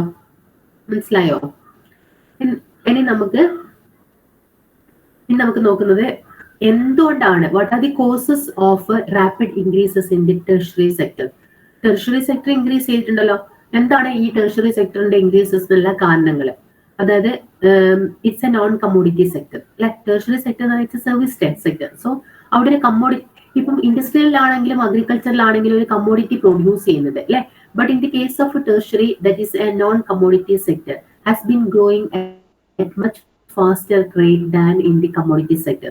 കമ്മോഡിറ്റി സെക്ടറിനേക്കാളും ഈ ഒരു service sector or non commodity സെക്ടറിന്റെ development, what are the reason behind this or what are the causes of rapid increases in tertiary sector? അത് നമുക്കറിയണം. This is an essence means that income generated in the process of circulation grow at a faster pace than in the directly productive process, and thereby resulting in the increases in the share of a non-commodity sector. അതായത് ഈ ഒരു trend ഉണ്ടാവാനുള്ള കാരണം എന്തൊക്കെയാണ്? Main ആയിട്ടുള്ള നമുക്ക് നോക്കാം കുറച്ച് ട്രെൻഡ്. ഈ ഒരു അതായത് what are the causes of rapid increases in this tertiary sector or the non commodity sector has been growing as much faster than the commodity sector. What are the reason behind this? അത് നമുക്ക് നോക്കാം എന്തൊക്കെയാണ്. ഒന്നാമത്തെ case പറയുന്നത് ഞാൻ point ആയിട്ട് പറയാം. ഒന്നാമത്തെ cases a very important factor എന്ന് പറയുന്നത് has been the advent of information technology and the knowledge economy. ഇക്കോണമിയുടെ ഈ ഒരു ഇൻഫർമേഷൻ ടെക്നോളജിയിലും അതേപോലെ തന്നെ ഇന്ത്യൻ ഇക്കോണമി ഒരു നോളജ് ഇക്കോണമി എന്നുള്ള രീതിയിലേക്ക് മാറിയതാണ് ഒന്നാമത്തെ റീസൺ പറയുന്നത്. അതായത് very important factor has been the advent of information technology and the knowledge economy. This has enhanced the growth of the high priority segment of the services involving low productivity activities catering to a large mass of people. അതായത് കൂടുതൽ ആൾക്കാർക്ക് ഈ ഒരു മേഖലയിലേക്ക് knowledge economy എന്നുള്ള മൂവ്മെന്റിലേക്ക് വന്നപ്പോൾ ഇതിന് കൂടുതൽ പ്രാധാന്യം കിട്ടിയതാവും. രണ്ടാമത്തത് ക്ലിയർ ആയല്ലോ, എ വെരി ഇമ്പോർട്ടന്റ് ഫാക്ടർ എന്ന് പറയുന്നത് advance of information technology and knowledge economy. India ആ ഒരു നോളജ് ഇക്കോണമിയിലേക്ക് മാറിയത് കൂടുതൽ കാര്യങ്ങൾ, കൂടുതൽ സർവീസ് ഓറിയന്റഡ് ആയിട്ടുള്ള കാര്യങ്ങളിലേക്ക് വന്നപ്പോഴാണ് അങ്ങനെ ഒരു മൂവ്മെന്റ് ഉണ്ടാവാനുള്ള കാരണം എന്നുണ്ട്. Then next, a large part of the service sector consists of infrastructure. നമുക്കറിയാം ഈ സർവീസ് സെക്ടറിൽ ഇൻക്ലൂഡ് ചെയ്യുന്ന കാര്യങ്ങൾ വെരി ഇമ്പോർട്ടന്റ് ആണ്. അതുകൊണ്ടാണ് മറ്റൊരു കേസായിട്ട് പറയുന്നത്. Because the service sector or tertiary sector consist of infrastructures അല്ല, നിങ്ങൾക്ക് അറിയാലോ. അതായത് banking, insurance, finance, transport and communication and social and community services, education, medical facilities, ഇതൊക്കെയാണ് നമ്മൾ ഈ ഒരു ഫീൽഡിൽ വരുന്നത് അല്ലെ. അപ്പോൾ ഇതിന്റെയൊക്കെ ഡെവലപ്മെന്റ് ആണ് ഏതിന്റെ വളർച്ചയ്ക്ക് മെയിൻ ആയിട്ട് കാരണമായിട്ട് വന്നത്? Rapid increases in the tertiary സെക്ടറിൽ വന്നത്. അതായത് tertiary sector consist of infrastructure ആണ്. അതായത് മേജർ ഇമ്പോർട്ടന്റ്, അതായത് ഒരു ഇക്കോണമിയുടെ മൂവ്മെന്റിലേക്ക് വേണ്ടി ഇക്കോണമി ഏറ്റവും കൂടുതൽ നമുക്ക് ഇന്ന് ഇതൊന്നും ഇല്ലാണ്ട് ജീവിക്കാൻ പറ്റില്ല അല്ലെ. ആ ഒരു ലെവലിലേക്ക് വന്നത് നമുക്കറിയാം. മുന്നേ 1950s കമ്പയർ ചെയ്യുമ്പോൾ അന്ന് നമുക്ക് ഇതൊന്നും ഒരു വലിയ കാര്യമല്ല. ഇൻഷുറൻസോ അല്ലെങ്കിൽ ഇൻഷുറൻസ് ഒന്നും പറഞ്ഞാൽ പോലും എടുക്കാത്ത കാര്യമാണ് അല്ലെ. അതായത് നമ്മൾ ട്രാക്ടറിനും അങ്ങനത്തെ ഒക്കെയാണ് ഇൻഷുർ ചെയ്തുകൊണ്ടിരുന്നത്. അപ്പൊ പോലും അവർക്ക് ജനങ്ങൾക്ക് താല്പര്യമില്ലാത്ത കാര്യമായിരുന്നു. But now insurance, transport, communication, banking ഇതൊന്നും ഇല്ലാണ്ട് ഇന്ന് ജീവിക്കാൻ പറ്റാത്ത അവസ്ഥയാണ്. അപ്പൊ അത് ജനങ്ങള് ആ നോളജ് ഇക്കോണമിയിലേക്ക് വരുമ്പോൾ ഉണ്ടാകുന്ന ഒരു മൂവ്മെന്റ് ആണ് പറയുന്നത്. A large part of the service sector consist of infrastructure such as banking,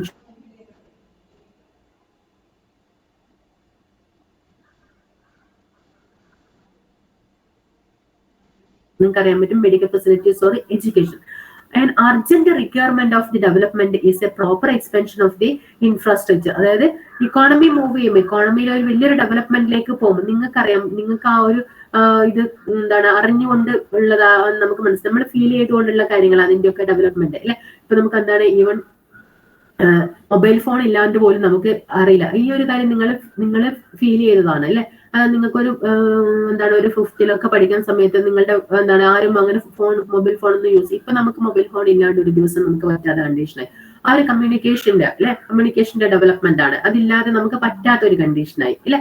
അപ്പൊ ആ തരത്തില് ഇപ്പൊ നമ്മുടെ ആ ഒരു ഫെസിലിറ്റി, ഓൺലൈൻ ഫെസിലിറ്റി അല്ലെ, ക്ലാസ്സുകളാണെങ്കിൽ നമ്മൾ കോളേജിൽ പോയി അങ്ങനെ എടുത്തുകൊണ്ടിരുന്നതാണ്. ഇപ്പൊ നമുക്ക് അതിന്റെ ആവശ്യമില്ല. നമ്മൾ വീട്ടിലിരുന്നുകൊണ്ട് പറഞ്ഞാൽ നമുക്ക് ആ തരത്തിലുള്ള ഒരു ഡെവലപ്മെന്റ് നമുക്ക് കാണാം. അത്രയും ഇംപ്രൂവ്, അതായത് ഏതെങ്കിലും ഒരു സിറ്റുവേഷനിൽ നമുക്ക് പറ്റാത്തതാണെങ്കിൽ അതിന് പോലുള്ള സൗകര്യങ്ങൾ ഉണ്ടാക്കിയാണ്. അതിന്റെ ആ ഒരു ഡെവലപ്മെന്റ് ആണ് സർവീസ് സെക്ടറിന്റെ ഇംപ്രൂവ്മെന്റിന് കാരണം എന്നുള്ള രീതി. കാരണം ഇറ്റ് കൺസിസ്റ്റ് ഓഫ് ഇൻഫ്രാസ്ട്രക്ചേഴ്സ് ആണ്. Okay, then that means expansion of the social and community services of the well-being of the, നമുക്കറിയാം അത് ജനങ്ങളുടെ എന്താണ് ഡെവലപ്മെന്റിന്റെ ഭാഗമാണ്.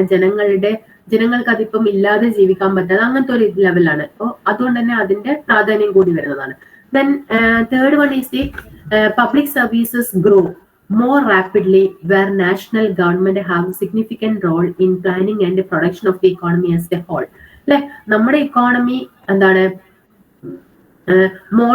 മോഡേണൈസേഷനിലേക്ക് പോകുമ്പോൾ മോഡേൺ ഗവൺമെന്റ് എന്നുള്ള രീതിയിൽ, അതായത് മോഡേൺ പോളിസീസും അതേപോലെ തന്നെ എക്സ്പാൻഷൻ പാറ്റേൺ ഒക്കെ വരുമ്പോൾ, അതായത് നാഷണൽ ആൻഡ് ഇന്റർനാഷണൽ അതോറിറ്റീസിന്റെ എക്സ്പാൻഷൻ പാറ്റേൺ ഒക്കെ വരുമ്പോൾ എന്താണ് public services grow more rapidly where national government have a significant role in planning and production of the economy as a whole. അതായത് പലതരത്തിലുള്ള പ്ലാനിങ്ങും പലതരത്തിലുള്ള പ്രൊഡക്ഷൻ ഇൻക്രിമെന്റും ഒക്കെ വരുമ്പോൾ അതിന്റെ ഭാഗമായിട്ട് പലതരത്തിലുള്ള സർവീസസിന്റെ ഭാഗമായിട്ട് പബ്ലിക് സർവീസസ് ഇൻക്രീസ് ചെയ്യുന്നതിന്റെ ഭാഗമായിട്ടാണ് സർവീസ് സെക്ടറിന്റെ ഡെവലപ്മെന്റ് നമുക്ക് പറയാൻ പറ്റും. ഓക്കെ, അതായത് creation of fast economic and social infrastructure. അതായത് ഇക്കോണമിയുടെ മോഡേൺ ഗവൺമെന്റിലെ മോഡേൺ ഇതിന്റെ ഭാഗമായിട്ട് ഇക്കോണമി മൂവ്മെന്റിലേക്ക്, അതായത് പോസിറ്റീവ് മൂവ്മെന്റിലേക്ക് അല്ലെങ്കിൽ എക്സ്പാൻഷൻ മൂവ്മെന്റിലേക്ക് economy move ചെയ്യുമ്പോൾ creation of a fast economic and social infrastructure is very essential.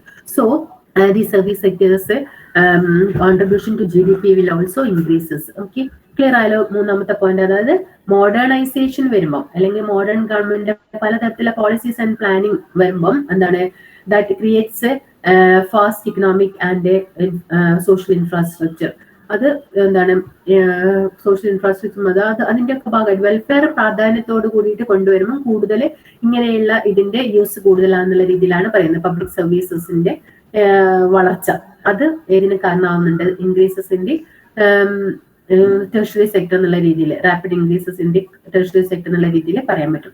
Then operation of the demonstration effect as a consequences of the growing mobility due to expanding foreign trade, tourism and cultural and educational tours is another important factor. ഇവിടെ നമ്മൾ പറയുന്നത് demonstration effect നിങ്ങൾ പഠിച്ചിട്ടുണ്ടായിരിക്കും അല്ലെ, ഡിഗ്രിക്ക് പഠിച്ചിട്ടുണ്ടായിരിക്കും demonstration effect. എന്താ ട്യൂസൻബറിയുടെ പഠിച്ചിട്ടുണ്ടായിരുന്ന demonstration effect എന്ന് പറയുമ്പോൾ, അതായത് നമ്മള് മറ്റുള്ളവരുടെ കണ്ടിട്ട് അത് നമ്മൾ ഫോളോ ചെയ്യുമ്പോൾ അല്ലെ, നമ്മള് എന്താ പറയാ എഡ്യൂക്കേഷണൽ ടൂർസ് ഒക്കെ നമ്മൾ വിദേശ രാജ്യങ്ങളിൽ പോയി നമ്മൾ എഡ്യൂക്കേഷൻ പഠിക്കുമ്പോൾ, നമ്മൾ അല്ലെങ്കിൽ ടൂറിസത്തിന്റെ ഭാഗമായിട്ട് അല്ലെങ്കിൽ നമ്മുടെ ഫോറിൻ ട്രേഡ് എക്സ്പാൻഡ് ചെയ്യുമ്പോൾ, നമ്മൾ ഗ്ലോബലൈസേഷന്റെ ഭാഗമായിട്ട് അങ്ങനെ നമ്മൾ ഫോറിൻ കൺട്രീസുമായിട്ട് അല്ലെങ്കിൽ ഡെവലപ്ഡ് കൺട്രീസുമായിട്ടുള്ള നമ്മളുടെ ആ ഒരു ലിങ്ക്, അത് പലപ്പോഴും ഡെമോൺസ്ട്രേഷൻ ഇഫക്റ്റിന് കാരണമാണ്. ഡെമോൺസ്ട്രേഷൻ ഇഫക്റ്റ് എന്ന് പറയുമ്പോൾ നമ്മൾ മറ്റുള്ളവരെ കണ്ടിട്ട് അതേപോലെ നമ്മൾ അനുകരിക്കാൻ തുടങ്ങുന്ന ഒരു അവസ്ഥയിലേക്ക് എത്തും അല്ലെ. നിങ്ങൾക്ക് അറിയാൻ പറ്റും അല്ലെ, ആ ഡെമോൺസ്ട്രേഷൻ ഇഫക്റ്റ് നമ്മുടെ ഫോറിൻ കൺട്രീസിന് നമ്മൾ അപ്പുറത്തുള്ള തൊട്ട് നൈബേഴ്സിന്റെ അടുത്ത് എന്തെങ്കിലും കണ്ടിട്ടുണ്ടെങ്കിൽ അതേപോലത്തെ നമുക്ക് വേണമെന്നല്ലേ, ആസ് എ ഇൻഡിവിജ്വൽ അല്ലെങ്കിൽ ആസ് എ ഹ്യൂമൻ ബീങ് എന്ന് പറഞ്ഞാൽ നമുക്ക് അങ്ങനത്തെ ഒരു തോന്നലല്ലേ. അവരൊരു കാർ വാങ്ങിക്കഴിഞ്ഞാൽ അവരുടെ അടുത്ത് മറ്റൊരു തരത്തിലുള്ള മൊബൈൽ കണ്ടുകഴിഞ്ഞാൽ നമുക്ക് അതേപോലത്തെ വേണമെന്നുള്ള നമ്മുടെ ആ ഒരു ഫീലിംഗ് അല്ലെ. അപ്പൊ അത് ആ ഒരു ഡെമോൺസ്ട്രേഷൻ ഇഫക്റ്റ്, അതാണ് ഇപ്പൊ എനിക്ക് തോന്നുന്നത് ഡെമോൺസ്ട്രേഷൻ ഇഫക്റ്റ് മനസ്സിലായിട്ടുണ്ടാവും തോന്നുന്നു, നിങ്ങൾ പഠിച്ചതാണ്. അപ്പം ആ ഒരു demonstration effect as A consequence of the growing mobility, അതായത് ആ ഒരു അതും ഒരു ഡെമോൺസ്ട്രേഷൻ ഇഫക്റ്റ് ഒരു കാരണമാവുന്നുണ്ട്. കാരണം നമ്മള് എന്താണ് ഫോറിൻ കൺട്രീസ് ആയിട്ട് ഒരു ഫോറിൻ ട്രേഡ് കണക്ഷൻസ് ഉണ്ട്, അതേപോലെ തന്നെ ടൂറിസം ഉണ്ട്, കൾച്ചറൽ ആൻഡ് എഡ്യൂക്കേഷണൽ ടൂർസ്, അങ്ങനത്തെ നമ്മളിപ്പോ മറ്റു കൺട്രിയിൽ പോയിട്ട് പഠിക്കുന്നുണ്ട്. അപ്പൊ അങ്ങനെയൊക്കെ വരുമ്പോൾ അവിടുന്ന് വന്ന കുട്ടികൾ എടുക്കുന്നതും അവിടുത്തെ ആ ഒരു ഇതും നമുക്കും എന്താണ് അങ്ങനത്തെ വേണം, അങ്ങനത്തെ ഒരു ചിന്താഗതികള്, അത് ആ ഒരു റിലേഷൻസ് അതെന്തിനുണ്ട് ഈ ഒരു ടെർഷ്യറി സെക്ടറിന്റെ എക്സ്പാൻഷന് കാരണമാവുന്നത്. പിന്നെ അത് ആ ഒരു മെറ്റീരിയൽസ് എന്നുള്ള രീതിയിൽ ഇനി ഫോറിൻ കൺട്രിയിലുള്ള റോഡ്സ്, റെയിൽവേസ്, അവരുടെ ഇൻഫ്രാസ്ട്രക്ചർ ഒക്കെ നമുക്ക് മുന്നേലൊന്നും വളരെ വ്യത്യാസമായിട്ട് പല സാധനങ്ങളും പല സിസ്റ്റംസും നമുക്ക് ഉണ്ടെന്ന് കാണാൻ പറ്റും അല്ലെ. ആ ഓരോ ഡെവലപ്മെന്റ് നമുക്ക് മാറി വരുന്ന കാണാൻ സാധിക്കുന്നുണ്ട്. അത് പലതും എന്താണ് നമ്മൾ ഫോറിൻ കൺട്രിയിൽ നിന്നും അങ്ങനെ അല്ലെങ്കിൽ നമ്മുടെ തന്നെ പുതിയ ഡെവലപ്മെന്റിൽ അങ്ങനെയൊക്കെ കൊണ്ടുവന്നിട്ടുള്ള രീതികളാണ്. അപ്പൊ അത് നമ്മുടെ ഒരു ക്ലോസ്ഡ് ഇക്കോണമി ആണെങ്കിൽ ആലോചിച്ച് നോക്കുക, നമുക്ക് മറ്റുള്ളവരായിട്ട് യാതൊരു റിലേഷനും ഇല്ല, അങ്ങനെയാണെങ്കിൽ നമ്മുടെ ഇക്കോണമി ഇത്രയും വളർച്ച വരില്ല. Indian economy is open economy, so we have to link between other countries. Okay, അപ്പൊ അതുകൊണ്ട് തന്നെ അവരുടെ ആ ഒരു കൾച്ചർ അങ്ങനെ അങ്ങോട്ടൊക്കെ ഒരു ട്രാൻസ്ഫർ വരുന്നുണ്ട് ആ തരത്തില്. Then increasing the urbanization may be regarded as another causes of expansion of the service sector in the economy. Then next point is the increasing urbanization. Urbanization നിങ്ങൾക്ക് അറിയാൻ പറ്റും, it is closely associated with a rises in the demand for infrastructure. Urbanization എന്ന് പറയുന്നത് തന്നെ എന്താണ്, it is closely related or closely associated with a rises in the demand for infrastructure, mainly communication, public utilities and distribution services. അല്ലെ, ആ ഒരു urbanisation വരുമ്പോൾ നമ്മളെ വില്ലേജിലുള്ള പോലെയല്ല, കുറച്ചുകൂടി അഡ്വാൻസ്ഡ് ആയിട്ട് കമ്മ്യൂണിക്കേഷനും ട്രാൻസ്പോർട്ട് അതൊക്കെ നമ്മൾ കൂടുതൽ പ്രാധാന്യം കൊടുക്കുന്നതാണ്. So increasing urbanisation is also leads to a rapid increases in the tertiary sector. Clear ആണല്ലോ? ദെൻ അതായത് അവരുടെ കൺസംഷൻ പാറ്റേൺ, അർബൻ ഏരിയയിലുള്ളവരുടെയും വില്ലേജ് ലെവലിലുള്ള ആൾക്കാരെ നോക്കുമ്പോൾ നിങ്ങൾക്ക് മനസ്സിലായിരിക്കും അവരുടെ കൺസംഷൻ പാറ്റേൺ വ്യത്യാസമായിരിക്കും. അതേപോലെ തന്നെ അവരുടെ കൺസംഷൻ ബാസ്ക്കറ്റിലെ ഡിഫറെന്റ് ആയിരിക്കും. അങ്ങനത്തെ ആ ഒരു വ്യത്യാസങ്ങളൊക്കെ കാണാൻ പറ്റും. അപ്പൊ അത് പലപ്പോഴും എന്താണ് സർവീസ് സെക്ടറിന്റെ ഇൻക്രീസസ് കാണാൻ പറ്റും. പിന്നെ ടൂറിസം മറ്റൊരു കേസാണ്. Tourism is becoming more and more international.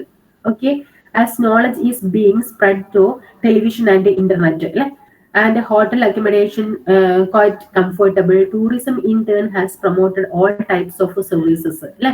നമുക്കറിയാം ടൂറിസ്റ്റ് നമ്മുടെ പല കേരളത്തിൽ തന്നെ ഇഷ്ടംപോലെ ഉണ്ട് അല്ലെ. അപ്പം ടൂറിസ്റ്റുകളുടെ വരവ് അല്ലെങ്കിൽ ടൂറിസം എന്ന് പറയുന്നത് നമുക്കറിയാം ഇറ്റ്സ് എൻ ഇന്റർനാഷണൽ റിലേഷൻ ആണ് അല്ലെ, ഇന്റർനാഷണൽ ആണ്. അപ്പം നമുക്ക് എന്താ പറയാ അവരുടെ ആ ഒരു കൾച്ചറിനനുസരിച്ചിട്ടുള്ള നമുക്കറിയാം ടൂറിസം ഒക്കെ നമ്മൾ സർവീസ് സെക്ടറിൽ വരുന്നതാണ്. അപ്പൊ അവരുടെ കൾച്ചറിനനുസരിച്ചുള്ള ഒരു സിറ്റുവേഷൻ ഒരുക്കി കൊടുക്കുക എന്നുള്ള രീതിയിൽ നമ്മൾ കംഫർട്ടബിൾ ആയിട്ടുള്ള അക്കോമഡേഷൻസ് ഒക്കെ കൂടുതൽ ഉണ്ടാക്കി വെക്കും അല്ലെ. അപ്പൊ അതിന്റെ ഒക്കെ ഭാഗമായിട്ട് പിന്നെ അതിലൂടെ വരുന്ന വരുമാനങ്ങള് അല്ലെ? നമ്മളിപ്പം എന്താണ് നമ്മള് പോലത്തെ ഒരു അന്തരീക്ഷത്തിലല്ലായിരിക്കും അവർ. അപ്പൊ അതിനനുസരിച്ചുള്ള കംഫർട്ടബിൾ ആയിട്ടുള്ള അക്കോമഡേഷൻസും ഫുഡ് ഫെസിലിറ്റി ഒക്കെ അവർക്ക് കൊടുക്കുമ്പോൾ സർവീസ് സെക്ടറിന്റെ ഡെവലപ്മെന്റ് ടൂറിസത്തിലൂടെ നമുക്ക് കാണാൻ പറ്റും. Then next point is with an increasing complexities of a modern industrial organization, manufacturing industries have become service oriented. അതായത് this has been reflected in the increasing functions of accounting, finance, legal services, advertisement, marketing, public relations. ആ തരത്തിലുള്ള ഒരു അതിന്റെയൊക്കെ increases service സെക്ടറിന്. അതായത് mainly എന്താണ് നമ്മുടെ advertisement, marketing, public relations.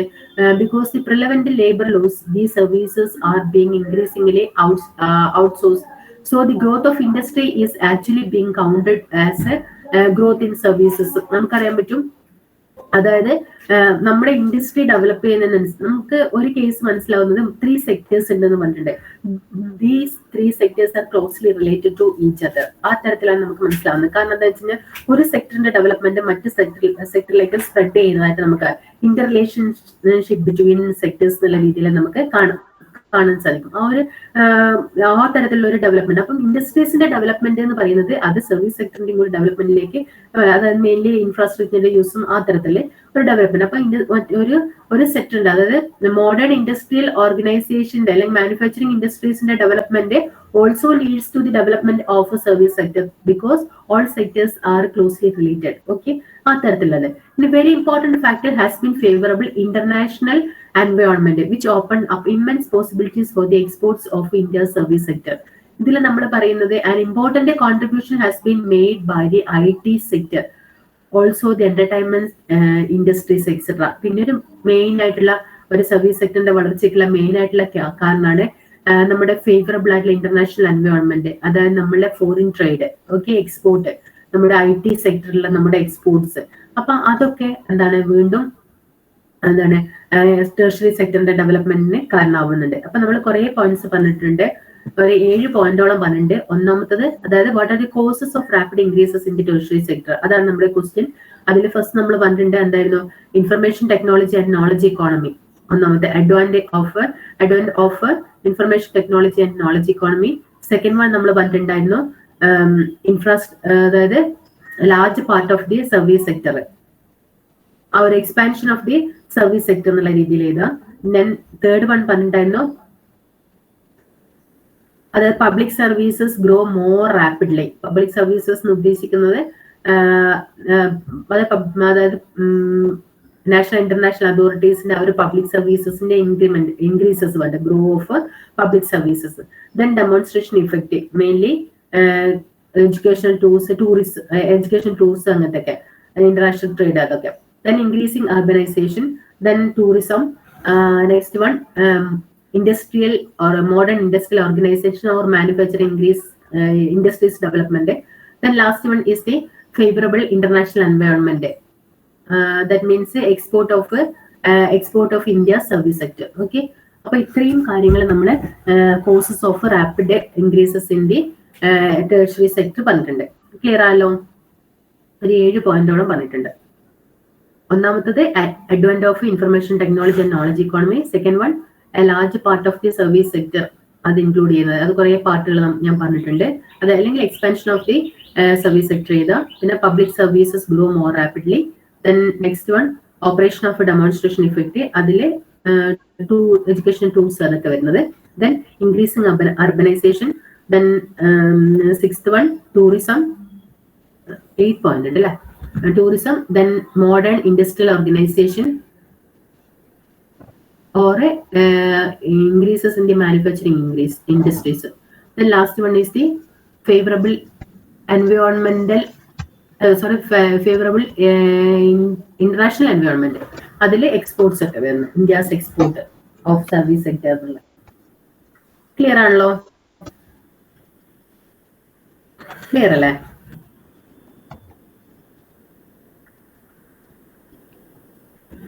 നമുക്ക് service സെക്ടറിന്റെ തന്നെ കേസ് പറയുമ്പോൾ എന്തൊക്കെയാണ് അതിന്റെ ഓപ്പർച്യൂണിറ്റീസ് എന്നുള്ള രീതിയിലാണ്. Prospects and opportunities of service sector ആണ്. അതിലെ ഡൊമസ്റ്റിക് ഫാക്ടർ, ഇന്റർനാഷണൽ ഫാക്ടേഴ്സ് എന്നൊക്കെ പറഞ്ഞിട്ടുണ്ട്. അതെന്താ ജസ്റ്റ് സ്പീഡിലൊന്ന് ഞാൻ പറഞ്ഞു പോവാം. അതില് നമ്മൾ പറയുന്നത് ഡൊമസ്റ്റിക് ഫാക്ടേഴ്സ് എന്ന് പറയുന്നത് എന്തൊക്കെയാണ് ഇതുകൊണ്ടുള്ള അതിന്റെ ഓപ്പർച്യൂണിറ്റീസ് എന്തൊക്കെയാണ്, അതായത് ആസ് റിയൽ GDP, അതായത് സർവീസ് സെക്ടറിന്റെ ഡെവലപ്മെന്റ് ഭാഗമായിട്ട് എന്തൊക്കെയാണ് സ്പീഡിലൊന്ന് പറഞ്ഞു പോവാം. ഡൊമസ്റ്റിക് ഫാക്ടേഴ്സ് എന്ന് പറഞ്ഞിട്ട് ഒന്ന് as real per capita GDP gross അല്ലെ, പെർ ക്യാപിറ്റ GDP ഗ്രോസ് ചെയ്യും. നമ്മുടെ ഇൻഡസ്ട്രിയൽ സെക്ടർ, അതായത് ടെർഷ്യറി സെക്ടറിന്റെ ഡെവലപ്മെന്റ് കൊണ്ടുള്ള ബെനിഫിറ്റ് എന്നുള്ള രീതിയിൽ പറയുമ്പോൾ എന്താ GDP per capita GDP gross അല്ലെ, പെർ ക്യാപിറ്റ GDP ഇൻക്രീസ് ചെയ്യും അല്ലെ. Second one, demand four producer and government services which constitute mainly intermediate consumption having strong. അതെവിടെ നമ്മൾ പറയുന്നത് ഇതിൽ എന്താണ്, ഡിമാൻഡ് ഫോർ പ്രൊഡ്യൂസേഴ്സ് അവരുടെ ഡിമാൻഡ് ഇൻക്രീസ് ചെയ്യുന്നുള്ള ഇതാണ്. അതായത് വിത്തിൻ ദി സർവീസ് സെക്ടറിലെ സംബന്ധിച്ചിടത്തോളം അവരുടെ demand for producers and government services increase ചെയ്യുന്ന സിറ്റുവേഷൻ വരും. Then growth of such dynamic service activities which are intensively use of communication and information IT-യിലെ development ആണ് നെക്സ്റ്റ് പറയുന്നത്. Then process of economic growth ഉണ്ടാവും എന്ന് പറഞ്ഞിട്ടുണ്ട്. അതായത് ഏത് കാര്യത്തിലും എക്സ്പാൻഷൻ ഓഫ് അഡ്വർടൈസിംഗിലും പബ്ലിസിറ്റിയിലും മാർക്കറ്റിംഗിലും ഒക്കെ ഇംപ്രൂവ്മെന്റ് എന്നുള്ള രീതിയിൽ the process of economic development എന്നുള്ള രീതിയിൽ വരും. Then efficient delivery of services, അത് പ്രൊഡക്ടിവിറ്റി ഇൻക്രീസ് ചെയ്യും. ലേബറിന്റെതും അതേപോലെ തന്നെ ക്യാപിറ്റലിന്റെയും പ്രൊഡക്ടിവിറ്റി ഇൻക്രീസ് ചെയ്യുന്നുള്ളതാണ് നമ്മൾ ഡൊമസ്റ്റിക് ഫാക്ടേഴ്സ് ആയിട്ട് പറയുന്നത്. അതായത് ഒന്നാമത്തത് റിയൽ GDP ഇൻക്രീസ് ചെയ്യും, അതായത് real per capita GDP grows. Second one, demand for producers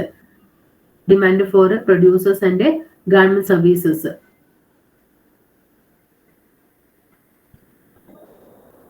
അല്ലെങ്കിൽ demand for producers of service sector increases എന്ന് എഴുതിയാലും മതി. Then third one, IT communication, അതായത് users of communication and IT increase ചെയ്യും. Intensive users of അങ്ങനെ എഴുതിയാൽ മതി. Intensive users of communication and information technology, അത് that means it will increase. അതിപ്പം കുറെ പേര് എന്താണ് കമ്മ്യൂണിക്കേഷൻ അല്ലെങ്കിൽ IT-യിലേക്ക് യൂസ് ചെയ്യുക. Intensive use of communication and information technology means that generate employment opportunity. അത് വേണമെങ്കിൽ എഴുതിയാലും മതി. എംപ്ലോയ്മെന്റ് ഓപ്പർച്യൂണിറ്റി ഇൻക്രീസ് ചെയ്യാന്നുള്ള രീതിയിൽ, employment opportunity on a rising scale. Okay, then third one, process of economic growth, expansion of the new services, അതായത് emergence and expanses of new services. അത് advertising public ഞാൻ പറഞ്ഞതാണ്, advertising publicity marketing like that. Then efficient delivery of services increases the productivity of labor and capital, both labor and capital. First one, GDP increases. Second one, demand for producers of service sector increases. Third one, employment opportunity increases. Employment opportunities increases. Fourth one, emergence and expansion of the new services. Advertising, publicity, marketing, etc. Then last one is the efficient delivery of service sector increases productivity of labor and capital. Okay.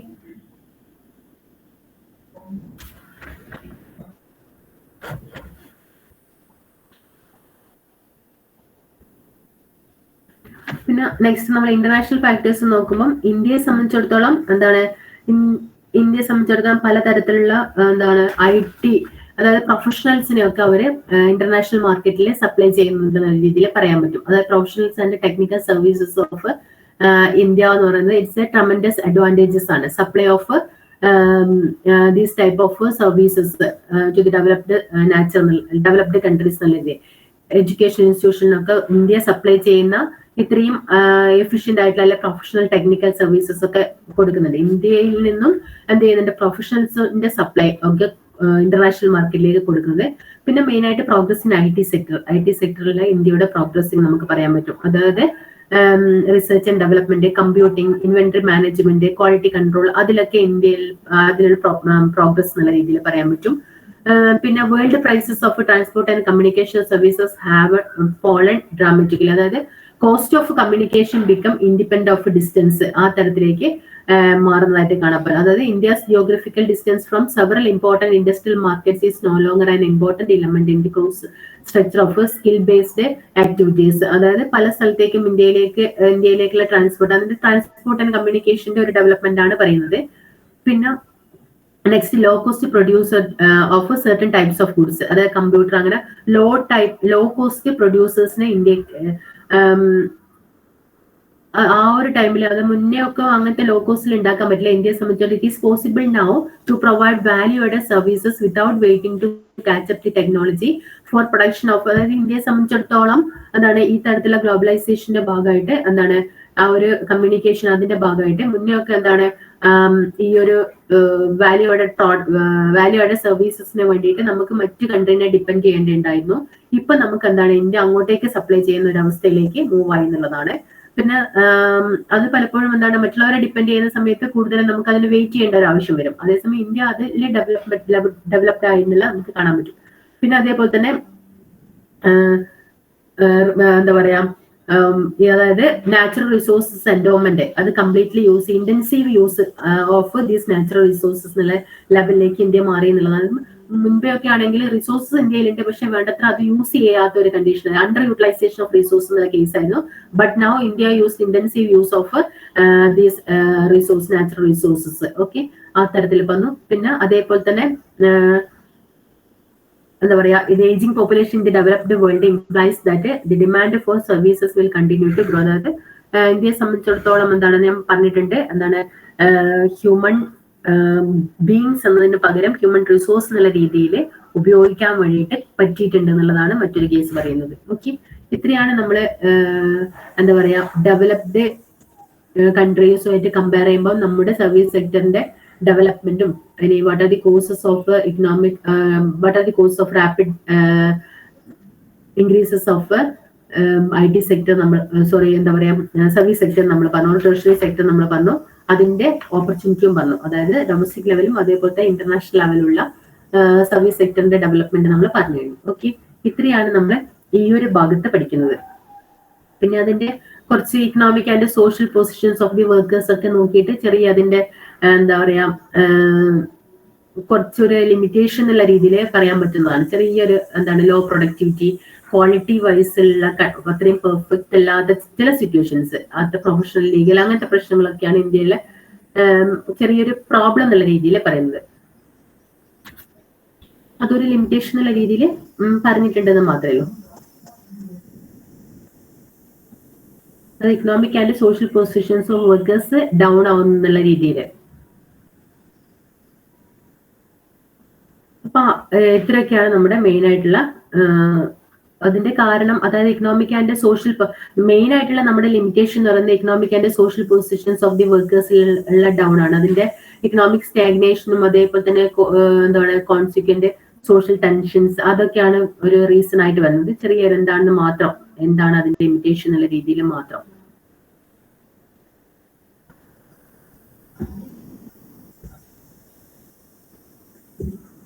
Clear ആണല്ലോ ഇത്രയും? പിന്നെ അതിന്റെ ഭാഗമായിട്ട് need for integrated policy, അതായത് എന്തൊക്കെയാണോ constraints നമുക്ക് കാണാൻ പറ്റിയിട്ടുള്ളത് അത് റിമൂവ് ചെയ്യാൻ വേണ്ടിയിട്ട് എന്താണ് അതായത് presently what are the things സഫേഴ്സ്, അതായത് ഈ ഒരു സെക്ടർ എന്തൊക്കെയാണോ സഫർ ചെയ്യുന്നത് അതിൽ ആ ഒരു പ്രോബ്ലങ്ങളൊക്കെ റിമൂവ് ചെയ്യാൻ വേണ്ടിയിട്ട് എന്തൊക്കെയാണ് പോളിസി ഇന്റഗ്രേഷൻ, അതായത് reforms in service sector in India, അത് ആ തരത്തിൽ കൊണ്ടുവന്നിട്ട് അതിനെ ക്ലിയർ ചെയ്യുകയാണ് ചെയ്തുകൊണ്ടിരിക്കുന്നത് നല്ല രീതിയിലാണ് പറയുന്നത്. അതായത് to make service led growth more widespread and sustainable, it is important to systematically and simultaneously remove all those constraints from which the sector suffers presently. മനസ്സിലായല്ലോ? അപ്പൊ അതിനു വേണ്ടിയിട്ട് reforms in service sector in India have evolved, ആ ഒരു തരത്തിലെ ഒരു reforms കൊണ്ടുവന്നിട്ട് ആ reforms എല്ലാ ഏരിയയിലും നല്ല യൂണിഫോം ആയിട്ട് കൊണ്ടുവന്നിട്ട് ഈ ഒരു പ്രോബ്ലംസ് ഒക്കെ റിമൂവ് ചെയ്തിട്ട് സ്ട്രോങ് ആയിട്ടുള്ള ഒരു സർവീസ് സെക്ടർ കൊണ്ടുവരലാണ് ഉദ്ദേശം. അതായത് യാതൊരു തരത്തിലുള്ള ബാക്ക്വേർഡ്നെസ്സിലും പോവാത്ത ഏറ്റവും ഇംപ്രൂവ്മെന്റ് ആക്കിയിട്ട് പോളിസീസ് ഒക്കെ കൊണ്ടുവന്നിട്ട് കൂടുതൽ സ്ട്രെങ്ത് ആയിട്ടുള്ള ഒരു സർവീസ് സെക്ടർ കൊണ്ടുവരിക എന്നതാണ് ഇതിലൂടെ ഉദ്ദേശിക്കുന്നത്. അതിന്റെ ഒരു ഇന്റഗ്രേറ്റഡ് പോളിസി എന്നതിലൂടെ ഉദ്ദേശിക്കുന്നത്. Sustaining the dynamism of service led growth, service oriented service sector led growth എന്നുള്ള രീതിയിലാണ് പറയുന്നത്. ഓക്കെ, മനസ്സിലായില്ലേ? ആ ചെറിയ ലിമിറ്റേഷൻസിനെ കവർ ചെയ്യാൻ വേണ്ടിയിട്ട്, അല്ലെങ്കിൽ പ്രസന്റ് സർവീസ് സെക്ടർ സഫർ ചെയ്യുന്ന പ്രോബ്ലംസ് എന്തൊക്കെയാണ് അതിനെ റിമൂവ് ചെയ്തിട്ടുള്ള ഇന്റഗ്രേറ്റഡ് പോളിസി കൊണ്ടുവന്നിട്ട് ഒരു സർവീസ് സെക്ടർ ഓറിയന്റഡ് ആയിട്ടുള്ള ഒരു ഗ്രോത്ത് ഉണ്ടാക്കിയെടുക്കുക എന്നതാണ് മെയിൻ എയിം എന്നതാണ് പറയുന്നത്. ക്ലിയർ ആണല്ലോ? അപ്പൊ ഇത്രയാണ് നമ്മള് ഇതിൽ പഠിക്കുന്നത്. ഇതിൽ നമ്മൾ ചോദിക്കാനുള്ള questions account for A rapid growth in the service sector Indian economy, examine the brief prospects of growth in the service sector in India. ഏതൊക്കെ പ്രോസ്പെക്ട്സ് ഞാൻ പറഞ്ഞു, ഡൊമസ്റ്റിക് ഫാക്ടേഴ്സും ഇതിലും ഇന്റർനാഷണൽ. പിന്നെ എന്തൊക്കെയാണ് structural changes of the Indian economy. ഇത്രയാണ് last decades എന്നുള്ള രീതി, 6 decades എന്നുള്ള രീതിയിൽ ചോദിക്കുന്നത്. ഇത്രയാണ് ഈ ഒരു ഭാഗത്ത് വരുന്നത്. നമുക്ക് കുറെ difference, distribution of GDP between agriculture and non agriculture income, അതേപോലെ തന്നെ share of rural and urban sectors, അതായത് ഒരേ ഇതിലുള്ള difference, share of organised and unorganised sector, share of public and private sector to the GDP, അങ്ങനത്തെയൊക്കെയാണ് നമുക്ക് നോക്കാനുള്ളത്. മനസ്സിലായോ? നമുക്ക് നോക്കേണ്ടത് GDPന്റെ കോൺട്രിബ്യൂഷൻ ആണ്. GDPയിലേക്കുള്ള കോൺട്രിബ്യൂഷൻ നമ്മളിപ്പോ 3 സെക്ടർ ആയിട്ടല്ലേ പറഞ്ഞിട്ടുള്ളത്. ഇനി agriculture and non agriculture income, അതേപോലെ തന്നെ റൂറൽ ആൻഡ് അർബൻ നോക്കണം എന്താണ്, പിന്നെ അതേപോലെ തന്നെ ഓർഗനൈസ്ഡ് ആൻഡ് അൺഓർഗനൈസ്ഡ് സെക്ടേഴ്സ് നോക്കണം, അത് private sector and public sector. ആ തരത്തിലുള്ള ഒരു ഇതാണ് നമ്മൾ ഈ ഒരു ഏരിയയിൽ നോക്കുന്നത്. അതിൽ നമുക്ക് അഗ്രികൾച്ചർ എന്താണെന്നറിയാം, നോൺ അഗ്രികൾച്ചർ എന്താണെന്നറിയാം അല്ലെ. ഒന്ന് മാത്രം ജസ്റ്റ് പറയാം, അതായത് the per capita GDP in agriculture. ഇതിലൊക്കെ ഡാറ്റ ഇമ്പോർട്ടന്റ് ആണ്. അതായത് the per capita GDP in agriculture has increased 37.5% in 60 years, while in the non-agriculture sector increased by over 58%. As a result, the difference between the per capita GDP in agriculture and non-agriculture have been growing steadily. അതായത് ആ ഒരു differences അഗ്രികൾച്ചറിൻ്റെതും non അഗ്രികൾച്ചറിനും അത് ഞാൻ data already പറഞ്ഞിട്ടുള്ളതാണ്. അപ്പം per capita GDPയിലേക്കുള്ള contribution of agriculture and non agriculture സെക്ടേഴ്സിന്റെ ഡാറ്റയാണ് ഇതിൽ പറയുന്നത്. അതായത് 1950-51 മുതൽ 2000 ലേറ്റസ്റ്റ് വരെയുള്ള ആ ഒരു ഡാറ്റ അത് നിങ്ങൾക്ക് കൊടുത്താൽ മനസ്സിലാവും. അഗ്രികൾച്ചർ ആൻഡ് നോൺ അഗ്രികൾച്ചർ സെക്ടറിലെ കോൺട്രിബ്യൂഷൻ ടു GDP എന്നുള്ള രീതിയിലാണ്. അതായത് there are 2 reasons for a growing disparity between the agriculture and non-agriculture sectors. Agriculture non അഗ്രികൾച്ചറും തമ്മിലുള്ള ആ ഒരു കോൺട്രിബ്യൂഷനിലെ ഈ ഡിസ്പാരിറ്റി ഉണ്ടാവാനുള്ള 2 റീസൺ ആണെന്ന് പറയുന്നത്. ഒന്നാമത്തത്, the growth rate of agriculture sector is much smaller than that of the non agriculture sector അല്ലെ. നമുക്കറിയാൻ പറ്റുന്നതാണ്. അഗ്രികൾച്ചറിന്റെ ഗ്രോത്ത് റേറ്റ് എന്ന് പറയുന്നത് സ്മോളർ ആണ് compared to non agriculture sector. Okay, non അഗ്രികൾച്ചറിന് ബാക്കിയുള്ള സെക്ടേഴ്സ്. ഒന്നാമത്തെ റീസൺ അതാണ്. അതായത് what are the 2 reasons for the growing disparity between the agriculture and non agriculture sectors. ഈ അഗ്രികൾച്ചർ സെക്ടറിന്റെ കോൺട്രിബ്യൂഷനും നോൺ അഗ്രികൾച്ചർ സെക്ടറിന്റെ കോൺട്രിബ്യൂഷനും തമ്മിലുള്ള ഡിസ്പാരിറ്റി ഉണ്ടാവാനുള്ള അല്ലെങ്കിൽ അതിന്റെ ആ ഒരു വൈഡ് ഡിഫറൻസസ് ഉണ്ടാവാനുള്ള major reason, first one is the growth rate of the agriculture sector is smaller than that of the non agriculture sector. Clear ആണല്ലോ? രണ്ടാമത്തത്, in spite of the high differential between these 2 sectors, population does not move from one to the other. അതായത് differential stays and grows because the population agriculture does not or rather cannot freely enter into non-agriculture sector. Now, the non-agriculture sector is a part of an organized sector and entry into that sector is highly restricted. That sector does not take in any more people than it can remunerate at the relatively high level. All the rest may stay behind the agriculture and share whatever they may grow. ഇവിടെ നമ്മൾ പറയുന്നത് ലേബറിന്റെ distribution ആണ് അല്ലെ. അതായത് non agriculture സെക്ടറിലാണെങ്കിൽ എന്താണ്, അതിന്റെ restrictions ഉണ്ട്. അതിലേക്ക് വരുന്ന ആൾക്കാരെ റെസ്ട്രിക്ട് ചെയ്തിട്ടുണ്ട് അല്ലെ. അതായത് അവര് അപ്പോയിന്റ്മെന്റ് നടത്തണം. അതേപോലെ തന്നെ എന്താണ്, അവര് റെമ്യൂണറേഷൻ കൊടുക്കുന്ന അവരെ മാത്രമേ അവിടെ നിലനിർത്തുള്ളൂ. അഗ്രികൾച്ചർ സെക്ടറിലാണെങ്കിൽ നമുക്ക് അങ്ങനെ ഒരു റെസ്ട്രിക്ഷൻ ഇല്ല. ആർക്കും ആണെങ്കിലും എന്താണ് അഗ്രികൾച്ചർ സെക്ടറിലേക്ക് പോകാൻ പറ്റും. അപ്പൊ അതാണ് ലേബർ ഫോഴ്സിന്റെ ആ ഒരു കടന്നുകയറ്റമാണ് വ്യത്യാസം വരുന്നത്. അതായത് സ്കിൽഡ് ആയിട്ടുള്ളതും അങ്ങനെയുള്ള ആൾക്കാരെയും മാത്രമേ നോൺ അഗ്രികൾച്ചർ സെക്ടറിൽ അവരെ അപ്പോയിന്റ്മെന്റ് നടത്തുള്ളൂ. റെമ്യൂണറേഷൻ കൊടുക്കുന്നത് ഇറ്റ് ക്യാൻ റെമ്യൂണറേറ്റ്, ആർക്കാണ് റെമ്യൂണറേറ്റ് അവരെ മാത്രം അവിടെ നിർത്തിക്കുള്ളൂ. ഓർഗനൈസ്ഡ് സെക്ടറിൽ റെസ്ട്രിക്ഷൻസ് ഉണ്ട്. എൻട്രി ഓഫ് ലേബർ എന്ന് പറയുന്നതിൽ റെസ്ട്രിക്ഷൻസ് ഉണ്ട്. So in agriculture sector there is no such restrictions in the case of an entry of an labour force. Okay, അതാണ് ഡിഫറൻസസ് പറയുന്നത്. മനസ്സിലായി? അപ്പൊ അത് ഏത് കോൺട്രിബ്യൂഷൻ കുറയും. അപ്പം കുറെ പേര് വർക്ക് ചെയ്യുന്നുണ്ടെങ്കിലും അതിനനുസരിച്ചുള്ള കോൺട്രിബ്യൂഷൻ അഗ്രികൾച്ചർ സെക്ടറിൽ ഉണ്ടാവണമെന്നില്ല. അറ്റ് ദി സെയിം ടൈം മറ്റതിലാണെങ്കിൽ നമുക്ക് ഓർഗനൈസ്ഡിലാണെങ്കിൽ നമുക്ക് എന്താണ്, അവർക്ക് അവരുടെ പ്രൊഡക്ടിവിറ്റി ഉള്ള ആളെ മാത്രമേ അവരവിടെ നിർത്തിക്കുള്ളൂ. മനസ്സിലായില്ലേ? അപ്പം അതാണ് പറയുന്നത് entry of A labour force. അതിന്റെ റെസ്ട്രിക്ഷൻസ് ആണ് മറ്റൊരു റീസൺ ആയിട്ട് പറയുന്നത്. മനസ്സിലായല്ലോ? അപ്പൊ അതാണ് കോൺട്രിബ്യൂഷൻ അതുമായിട്ട് ബന്ധപ്പെട്ടിട്ട് മെയിൻ ആയിട്ട് പറയുന്നത്. ഇനി നമ്മൾ റൂറൽ ആൻഡ് അർബൻ ആണ്. റൂറൽ ആൻഡ് അർബൻ സെക്ടേഴ്സ് ഉള്ള classifications of the economy. We know that it is rural and urban areas അല്ലെ. അപ്പം നമുക്കൊരു ഇക്കോണമിയുടെ ഓർഗനൈസേഷൻ സെറ്റപ്പ് നോക്കണമെങ്കിൽ എന്താണ് urban area and rural area നമ്മൾ നോക്കണം അല്ലെ. The type of activities dominating the economic system in the rural and urban areas and the way of living people residing in these areas categorized under two groups അല്ലെ. രണ്ട് groups ആയിട്ട് നമ്മൾ എങ്ങനെ urban and rural, അതായത് information relating to rural urban distribution of domestic product is available for അത് നമുക്ക് rural urban എന്ന് പറഞ്ഞ രണ്ട് ഡിവിഷൻ ആയിട്ടാണ് പറയുന്നത്. അപ്പൊ സ്റ്റാൻഡേർഡ് ഓഫ് ലിവിംഗ് ഒക്കെ നോക്കുമ്പോൾ നമ്മൾ മൊത്തത്തില് ഇന്ത്യ എന്നുള്ളതിന് പകരം അർബൻ ഏരിയ ഉള്ള അല്ലെങ്കിൽ റൂറൽ ഏരിയ ഉള്ള എന്ന് പറഞ്ഞിട്ട് ആ ഒരു ഡിസ്റ്റിങ്ഷൻ നമ്മൾ വെക്കുന്നുണ്ട്. Categorised into two groups, that is urban area and rural area. അപ്പൊ അതിലുള്ള അവരുടെ അതിന്റെ ഷെയർ എങ്ങനെയാണെന്ന്, റൂറൽ ഏരിയയിലുള്ള ഷെയർ എങ്ങനെയാണ്, അതായത് നമുക്ക് കാണാൻ പറ്റുന്നത് rural economy has grow must faster ആണോ അല്ലെങ്കിൽ കമ്പയർഡ് ടു അർബൻ ഏരിയ, ആ തരത്തിലുള്ള ഒരു മൂവ്മെന്റ് ആണോ, ആ തരത്തിൽ നോക്കുന്നത്. റൂറൽസ് ഒക്കെ അവരെത്രയാണ് അക്കൗണ്ട് GDPക്ക് എത്രയാണ് റൂറൽ ഏരിയയിലെ പീപ്പിൾ കോൺട്രിബ്യൂട്ട് ചെയ്യുന്നത്, അതിന്റെ പ്രപ്പോർഷൻ എങ്ങനെയാണ് അർബൻ ഏരിയയില്, അങ്ങനെയുള്ള ഒരു ഡിഫറൻസസ് ആണ് നമ്മൾ നോക്കുന്നത്. മനസ്സിലായില്ലേ? Growth in per capita income in rural area എങ്ങനെയാണ്, growth in per capita income in urban area എങ്ങനെയാണ്, ആ ഒരു ഡിഫറൻസസ് നോക്കിയിട്ടാണ് അതിന്റെ ഷെയർ നോക്കുന്നത്. മനസ്സിലായല്ലോ? ക്ലിയർ അല്ലോ? അതിന്റെ ഡാറ്റയാണ് ഇവിടെ കൊടുത്തിട്ടുള്ളത്. അതായത് ഇതിൽ കാണിക്കുന്നത് rural economies no more predominantly agrarian എന്നുള്ള കേസിലാണ് ഈ ഒരു ഡാറ്റ കാണിക്കുന്നത്. അതായത് 70-71 ഡാറ്റ വായിക്കാം. 73.8% of the rural GDP got generated in the farm sector. This proportion has declined to 41.6% അതായത് 73% ആയിരുന്നു റൂറൽ GDPയിൽ ഫാം സെക്ടറിൽ നിന്ന് കോൺട്രിബ്യൂട്ട് ചെയ്തിരുന്നത്. അതേസമയം അത് ഡിക്ലൈൻ ചെയ്തിട്ട് 41%, 6% 2010.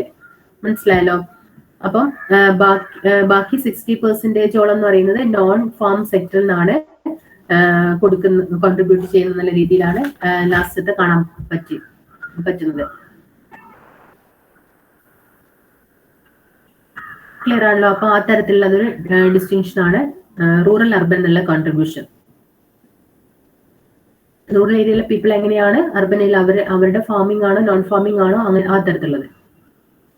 അത് എല്ലാ കേസിലും ഗ്ലോബൽ കമ്മ്യൂണിറ്റി, അത് ഇത് നോക്കുമ്പോൾ അഗ്രികൾച്ചർ പ്രൊഡക്റ്റിനും നോൺ അഗ്രികൾച്ചറിന്റെ പ്രൊഡക്റ്റിനും റൂറൽ എങ്ങനെയാണ്, അർബൻ ഏരിയ അല്ലെങ്കിൽ അതിന്റെ ഡാറ്റ ഇതിൽ കൊടുത്തിട്ടുണ്ട്.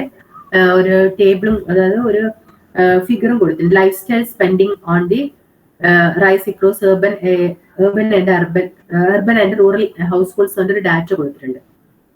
അല്ല എന്റർടൈൻമെന്റ് എത്രയാണ് അവർ സ്പെൻഡ് ചെയ്യുന്നത്, അത് വൊക്കേഷൻ ആൻഡ് റിക്രിയേഷൻ എങ്ങനെയാണ്, എന്റർടൈൻമെന്റ് എന്തിനാണ്, ബീവറേജസ്, അതേപോലെ തന്നെ ലക്ഷറി ഐറ്റംസിന്, അതിന് ഓരോന്നിനും രണ്ട് ഗ്രൂപ്പ് വരാം. അർബൻ ഏരിയയിലും റൂറൽ ഏരിയയിലും ആൾക്കാർ എങ്ങനെയാണ് സ്പെൻഡ് ചെയ്യുന്നുള്ള ഒരു ഡാറ്റ ഇതിൽ കൊടുത്തിട്ടുണ്ട്. ഒരു ഡാറ്റയിൽ ഒരു ഫിഗർ കൊടുത്തിട്ടുണ്ട്. വെക്കേഷൻ ആൻഡ് റിക്രിയേഷൻ ആണെങ്കിൽ urban area less and rural area കൂടുതൽ കൊടുത്തിട്ടുണ്ട്. എന്റർടൈൻമെന്റ് ആണെങ്കിൽ അർബൻ ഏരിയ കുറച്ച് കൊടുത്തിട്ടുണ്ട്. അങ്ങനെ ലക്ഷറി ഐറ്റംസ്, അങ്ങനെ ഓരോ കേസിന് എത്രയാണെന്നുള്ളൊരു ഡാറ്റ ആണ്, സാമ്പിൾ ഡാറ്റ ഇവിടെ കൊടുത്തിട്ടുണ്ട്. നിങ്ങൾ ബുക്ക് കിട്ടിക്കഴിഞ്ഞാൽ ഒന്ന് നോക്കാം. മെയിൻ ആയിട്ട് നോക്കുമ്പോൾ ഇവിടെ നോക്കേണ്ടത് urban and share of rural and urban സെക്ടേഴ്സിന്റെ ആണ് ടു ദി GDP. മനസ്സിലായില്ലേ? 50-51 എങ്ങനെയാണ്, 60, അതായത് ഈ ലേറ്റസ്റ്റ് എങ്ങനെയാണെന്നുള്ളത് ഒരു കമ്പാരിസൺ ആണ് ഇവിടെ പറയുന്നത്. Contribution of urban and rural, അത് ഫാം സെക്ടറിൽ എങ്ങനെയാണ്, നോൺ ഫാം സെക്ടറിൽ എങ്ങനെയാണ്, രണ്ടും അർബൻ ഏരിയയിൽ റൂറൽ ഏരിയ എന്നുള്ളൊരു കമ്പാരിസൺ ആണ് അവിടെ പറയുന്നത്. മനസ്സിലായല്ലോ? അതേപോലെ നോക്കാനുള്ളതാണ് ഇനി share of organised and unorganised സെക്ടേഴ്സിലെ ആരാണ് കൂടുതൽ എന്നുള്ള രീതിയിലാണ് പറയുന്നത്. മനസ്സിലായല്ലോ? അതായത് സ്ട്രക്ചറൽ ചേഞ്ചസ് എന്ന് പറയുമ്പോൾ നമ്മൾ ഓർഗനൈസേഷണൽ പാറ്റേൺ ഓഫ് ദി ഇക്കോണമിയാണ് നോക്കുന്നത്. അതായത് 2 സെക്ടേഴ്സ് ആയിട്ട് ഓർഗനൈസ്ഡ് സെക്ടർ എന്ന് പറയുന്നത്, അതായത് ഓർഗനൈസ്ഡ് സെക്ടർ എന്ന് പറഞ്ഞാൽ which is identified with the modern market economy. Unorganised sector എന്ന് പറഞ്ഞാൽ ട്രഡീഷണൽ ഇക്കോണമിയാണ് പറയുന്നത്. ഓർഗനൈസ്ഡ് അൺഓർഗനൈസ്ഡ് ഒന്ന് ഓർമ്മിക്കുക. ഓർഗനൈസ്ഡ് എന്ന് പറയുമ്പോൾ modern market economy and unorganised is the traditional economy എന്നുള്ളത്. അത് അൺഓർഗനൈസ്ഡ് ഓർ ട്രഡീഷണൽ ഇക്കോണമി എന്നുള്ള കേസിലാണ് പറയുന്നത്. അൺഓർഗനൈസ്ഡ് സെക്ടർ എന്ന് പറയുമ്പോൾ all unincorporated enterprises and household industries ആണ്, അതർ ദാൻ ഓർഗനൈസ്ഡ് വൺ. അതായത് അൺഓർഗനൈസ്ഡ് എന്ന് പറയുമ്പോൾ അവര് എന്താണ് ആനുവൽ അക്കൗണ്ട്സും അതേപോലെ തന്നെ ബാലൻസ് ഷീറ്റ് ഒന്നും കീപ്പ് ചെയ്യാത്ത രീതിയിലുള്ള ഹൗസ് ഹോൾഡ് ഇൻഡസ്ട്രീസ് അങ്ങനത്തെ ഒക്കെ വരുന്നതാണ് അൺഓർഗനൈസ്ഡ്. ഓർഗനൈസ്ഡ് എന്ന് പറഞ്ഞാൽ നമ്മൾ ഗവൺമെന്റിലെ തരത്തിൽ വരുന്ന ആ തരത്തില് വരുന്നതാണ് പറയുന്നത്. ഓർഗനൈസ്ഡ് സെക്ടർ എന്ന് പറയുമ്പോൾ കറക്റ്റ് ആയിട്ട് അക്കൗണ്ട്സ് ഒക്കെ കീപ്പ് ചെയ്യുന്ന തരത്തിലുള്ളതാണ് പറയുന്നത്. അതായത് organised sector has been growing faster than the unorganised sector എന്നുള്ള രീതിയിലാണ് ആ ഒരു ഷെയർ പറയുന്നത്. So the contribution of organised sector is more than that of unorganised sector എന്നുള്ള കേസിൽ. ക്ലിയർ ആണല്ലോ? ഓർഗനൈസ്ഡ് മനസ്സിലായല്ലോ. അൺഓർഗനൈസ്ഡ് എന്ന് ഉദ്ദേശിക്കുമ്പോൾ നിങ്ങൾക്ക് മനസ്സിലാക്കേണ്ടത് it includes unincorporated enterprises and household industries ആണ്. ഇതിന്റെ പ്രത്യേകത എന്ന് പറയുമ്പോൾ എന്താണ്, do not maintain annual accounts and balance sheet, അതൊന്നും അങ്ങനെ റെക്കോർഡ് ചെയ്യാത്തത്, ആ തരത്തിലുള്ളത് അൺഓർഗനൈസ്ഡ് ആയിട്ടുള്ളത്. അതിലിവിടെ contribution of organised sector is more than that of unorganised sector എന്നാണ് കാണുന്നത്. ക്ലിയർ ആണല്ലോ?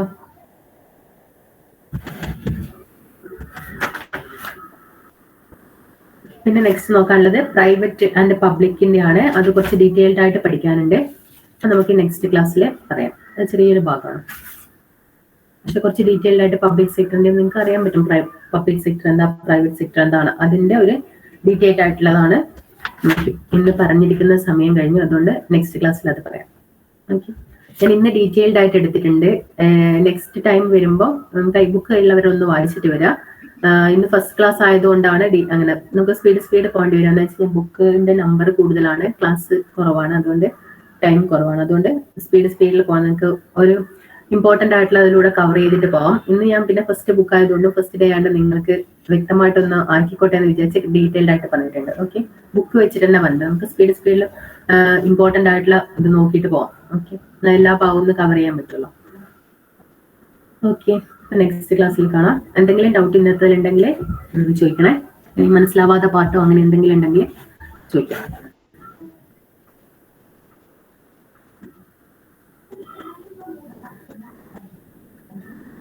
ഓക്കെ മാം, നെക്സ്റ്റ് ക്ലാസ് എപ്പോഴായിരിക്കും മാം? ഓ, നെക്സ്റ്റ് ക്ലാസ് 21-നുണ്ട് ഈ സെയിം ടൈമില്. 28-ന് 3 ക്ലാസ് ആണ് ഇപ്പൊ പറഞ്ഞിരിക്കുന്നത്. 21-ഉം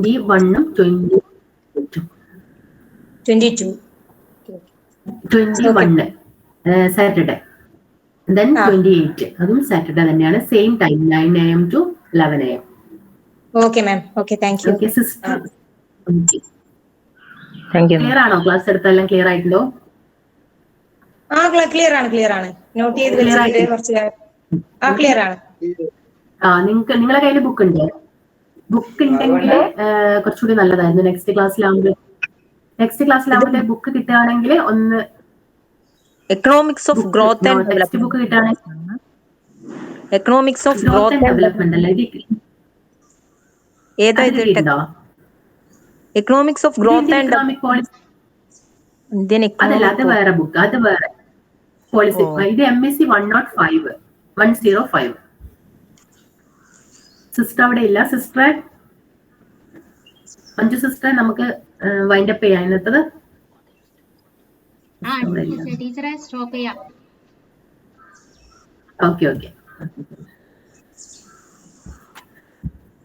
ഓക്കെ, നെക്സ്റ്റ് ക്ലാസ് കാണാം.